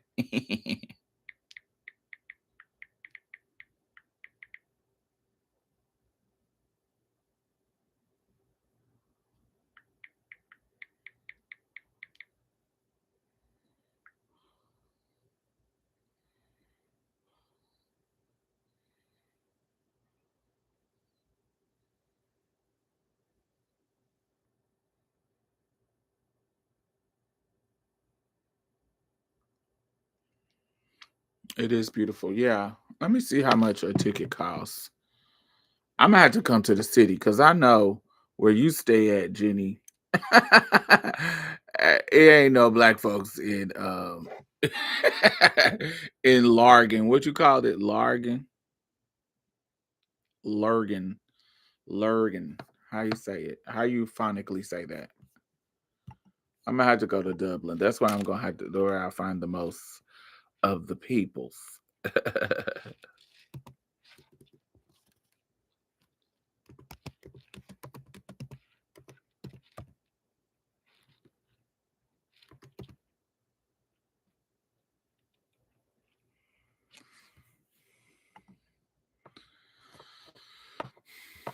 Let's see.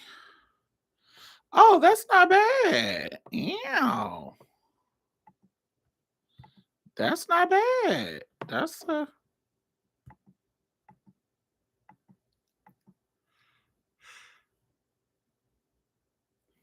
mm.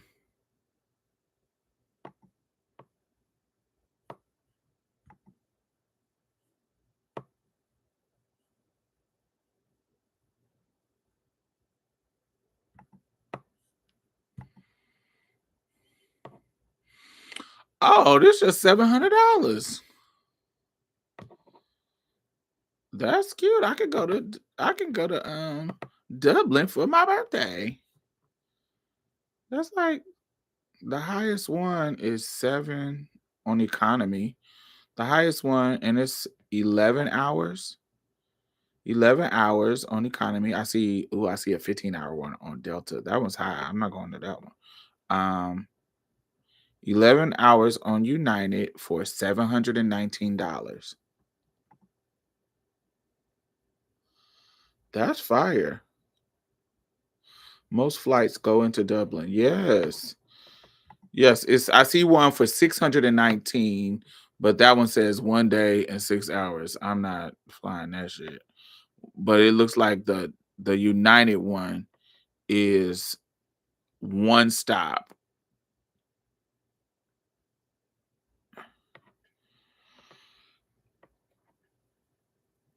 and that's in Newark, New Jersey. I fly to if I did one no stops, let me see if I did nonstop. Oh, there's no nonstops to Dublin. There's no nonstops to Dublin from Houston. So I would have to stop in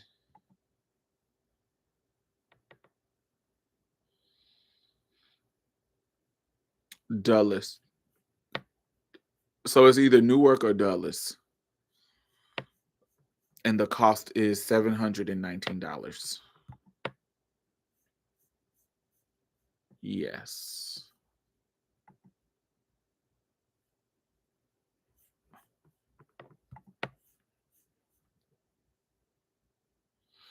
Or Toronto. There's a flight. I can fly from Houston to Toronto and then from Toronto to Dublin.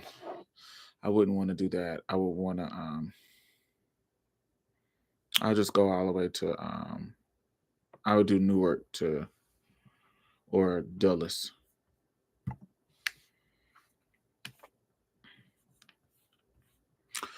If I planned a trip, not to Dublin, not to Dublin, I would go there by myself. But I'm trying to think of what if I planned a trip, like a like for like just say I just planned a trip to somewhere. Would y'all be interested or are y'all broke? Would you like say that we like I took a year to plan a trip for like a meetup. Would y'all be interested in flying and going and doing a group trip to a place? Would y'all be down for that?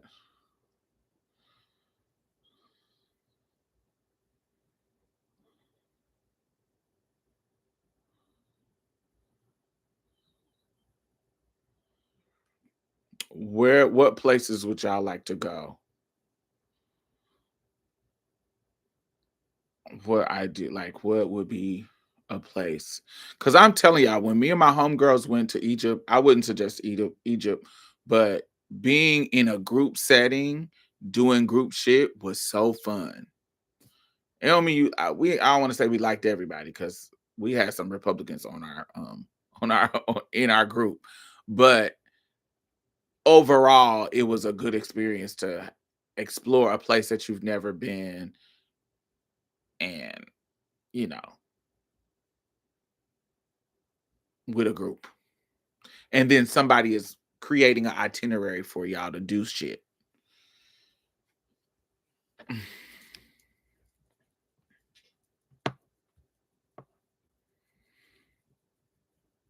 Toronto is my city. Yes, work. I'm going to Vancouver next week. I don't know. I feel like the best place to test that out would be BTAC. I still haven't been there. Oh, um, yeah. If I doubt that I'm going back to BTAC. But um that would have been work for me. That wouldn't be in a trip that I would do for work. That was work. That wasn't I'm talking about a trip that I would want to go somewhere that I've never been, somewhere out the country. Mexico, baby. Mexico City sounds dope. I've been to Mexico. I've been to Guadalajara, I've been to Cancun, I've been to Tulum, I've been to Tijuana. I've been to Laredo. I have a timeshare in Laredo. I love it there. Um, I have been to Mexicali, somewhere in Central America. I have not been anywhere in Central America. I do want to get my teeth done in Colombia. Um, Even though I like my teeth, but I want them to be like perfect, like white and perfect, like veneers. My teeth are cool, but they like natural, so they look like natural teeth. I want them to look like bright white ass motherfucking fake ass teeth. Movie star teeth. Um, Central America, Colombia sounds interesting. Um, Brazil. Brazil has the most black people in the world. Outside of Africa, Brazil has the most black people.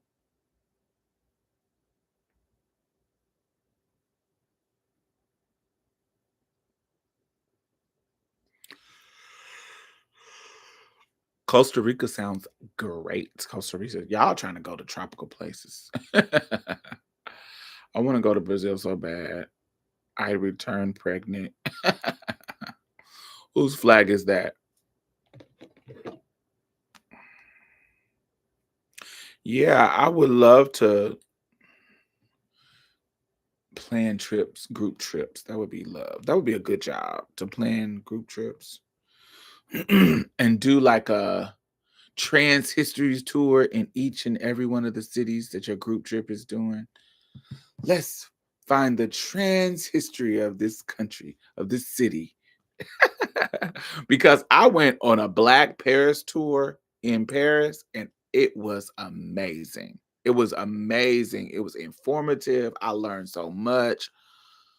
A black Parisian tour. It was so good. So good. I know a good dentist in Colombia. What is their name? So I can look them up. Because I know a couple of them too. But what is yours? What is his price looking like? What is his, what's the price looking like? What is the accommodations looking like? I want to know. I want to know. I want to know.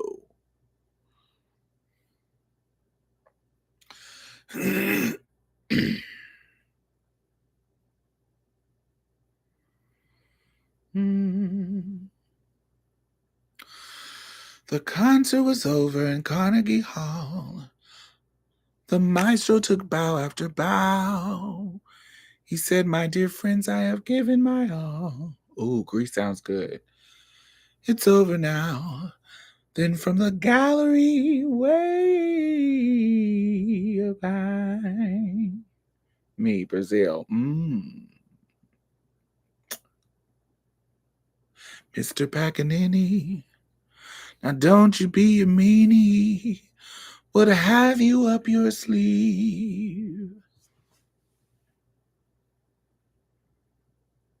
And if you cannot play it, you simply have to.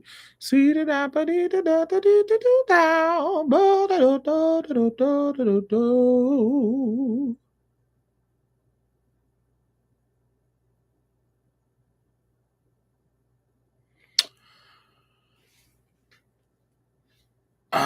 Let me see. Let me see. My bucket list places of dream places I want to go. I want to go to Tokyo, so Japan. I want to go to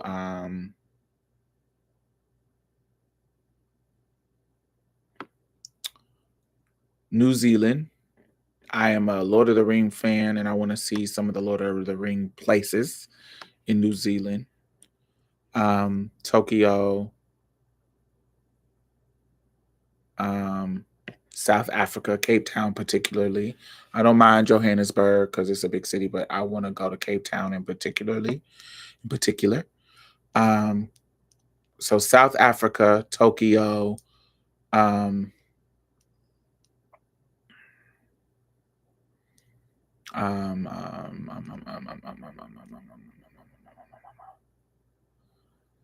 New Zealand. So those are my three. Like I want to go to those places. Yeah, Japan is. I want to go to Japan. Yeah, I want to go to Japan or Korea to thrift because I heard they got amazing thrift stores in there. Like you can get all the shit that we luxury shit that we all fuck with, like Gucci, Prada, all that kind of shit. They have thrift stores that have all that shit that you can buy for super cheap. They be making it over there anyway. um, I like the Lord of the Ring movies. I don't know about the series. I like the series. I like the series too. I like the Ring of Power. I like it. I love it. Love it. Love it. Love it. Love it. Love it. It just came out this week. The new season, second season of it. Loved it. Loved it. Loved. Have y'all watched The Deliverance yet? Lee Daniels. I can smell your nappy pussy. If y'all haven't, wait till y'all hear that part. I can smell your nappy pussy.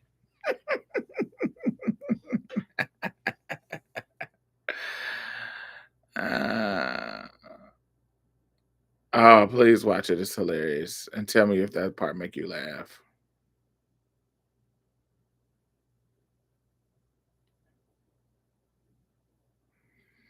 Because I cackled. But yes, I have to go to Dublin. Now you got me excited about Dublin again. I hadn't thought about Ireland in a while. Places that I also want to go. What is it called? The Deliverance on Netflix. Um, but see, Dublin, I'm excited. I was excited about that because I want to meet black people with the Irish accent. That's that.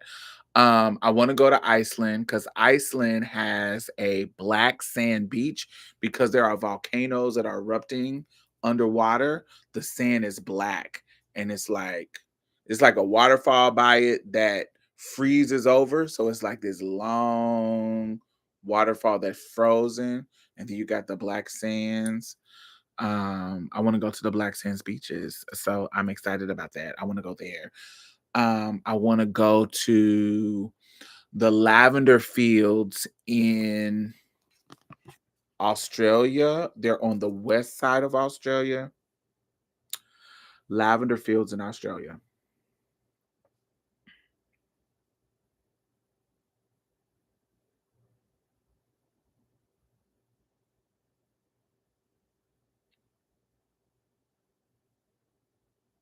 I want to go to the ones on the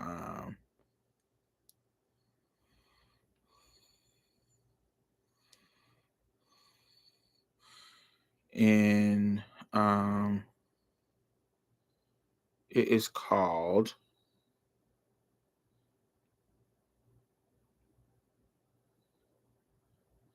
Rockingham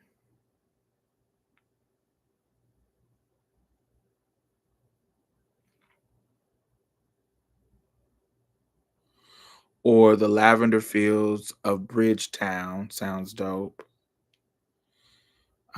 East Nantucket has a lavender farm, and there's some in Queensland. So there's some So everybody think about the lavender places that are in like Italy, Florence, and um I want to go to lavender places in Australia so I can take pictures in a field of lavender. Potique Lavender Farm. I want to go there.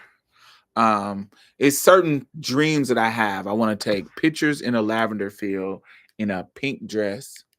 Um, I want to I want to go to Bali.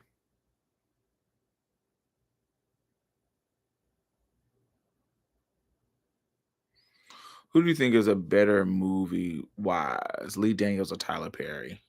Lee Daniels. Not much difference, but yes, Lee Daniels. What kind of camera do you use to shoot footage when you travel? Sometimes it's just my phone. I haven't really been good at shooting footage when I'm traveling because I'm a live in the moment ass bitch. So I want to enjoy the moment. I'm not always thinking about pulling out my camera. I'm old school in that way where I don't want to just be pulling out my camera every single time I'm doing something for yeah, I don't like that. I don't like how people do that.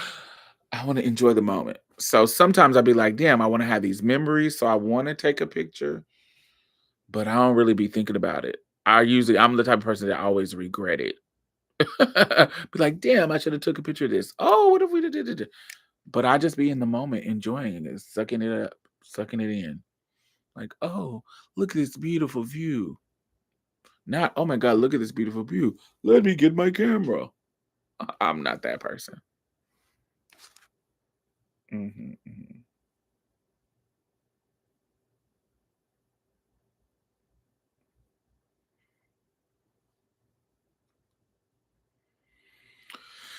DJ Osmo Pocket 3. Let's see. Let me look that up.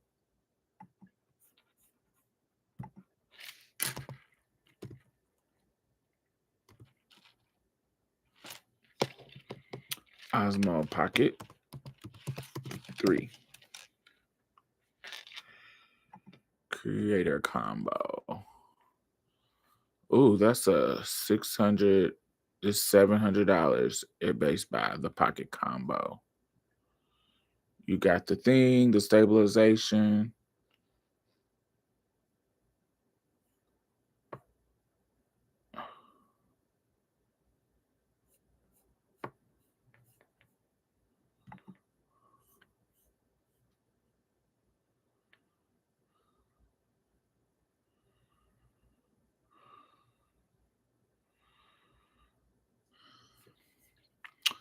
This looks like um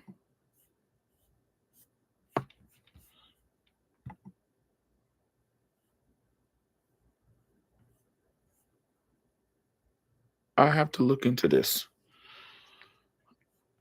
I've been really, really intentional. I'm gonna try to record while I'm in Vancouver a lot, create some content about me being there, and because I'm there kind of to cover the queer film festival, and so that's why I'm literally going. So I want to not only record that, I'm there for a week, so I'm gonna it's really, really hard for me to find trans people in Vancouver. Like I'm finding some queer people, but actual trans people, it's really, really hard.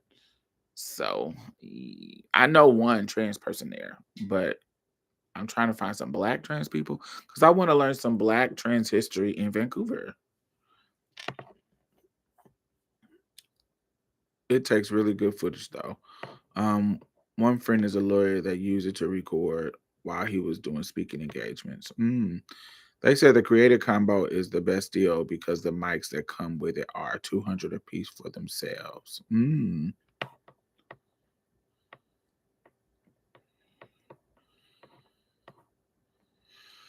I would say Dubai, but it might be a lot of hype. It is a lot of hype. I did not like Dubai. I've been to Dubai twice. I did not like it. It was kind of whack. Everything's super expensive, but mm-mm. I didn't like Dubai.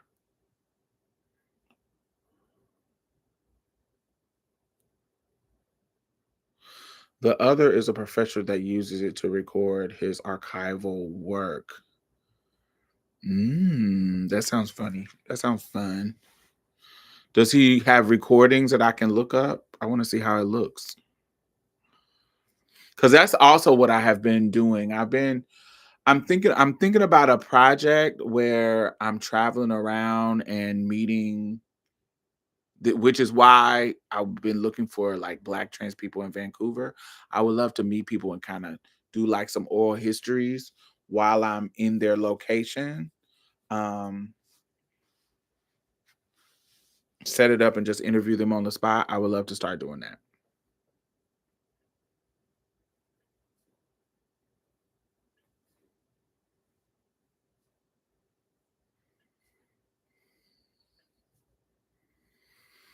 Yeah. That's something to think about. Thanks for telling me about that camera. Sounds dope. I'm gonna look it up. I'm gonna research it and see what's it giving. But all right, y'all. These lashes is getting mighty heavy. Look at my skin. I used this new vegan brand, and do y'all see how moisturized this motherfucker is? It's really shiny, and I have oily skin, but it is really clear and moisturized and soft and supple. I really like it.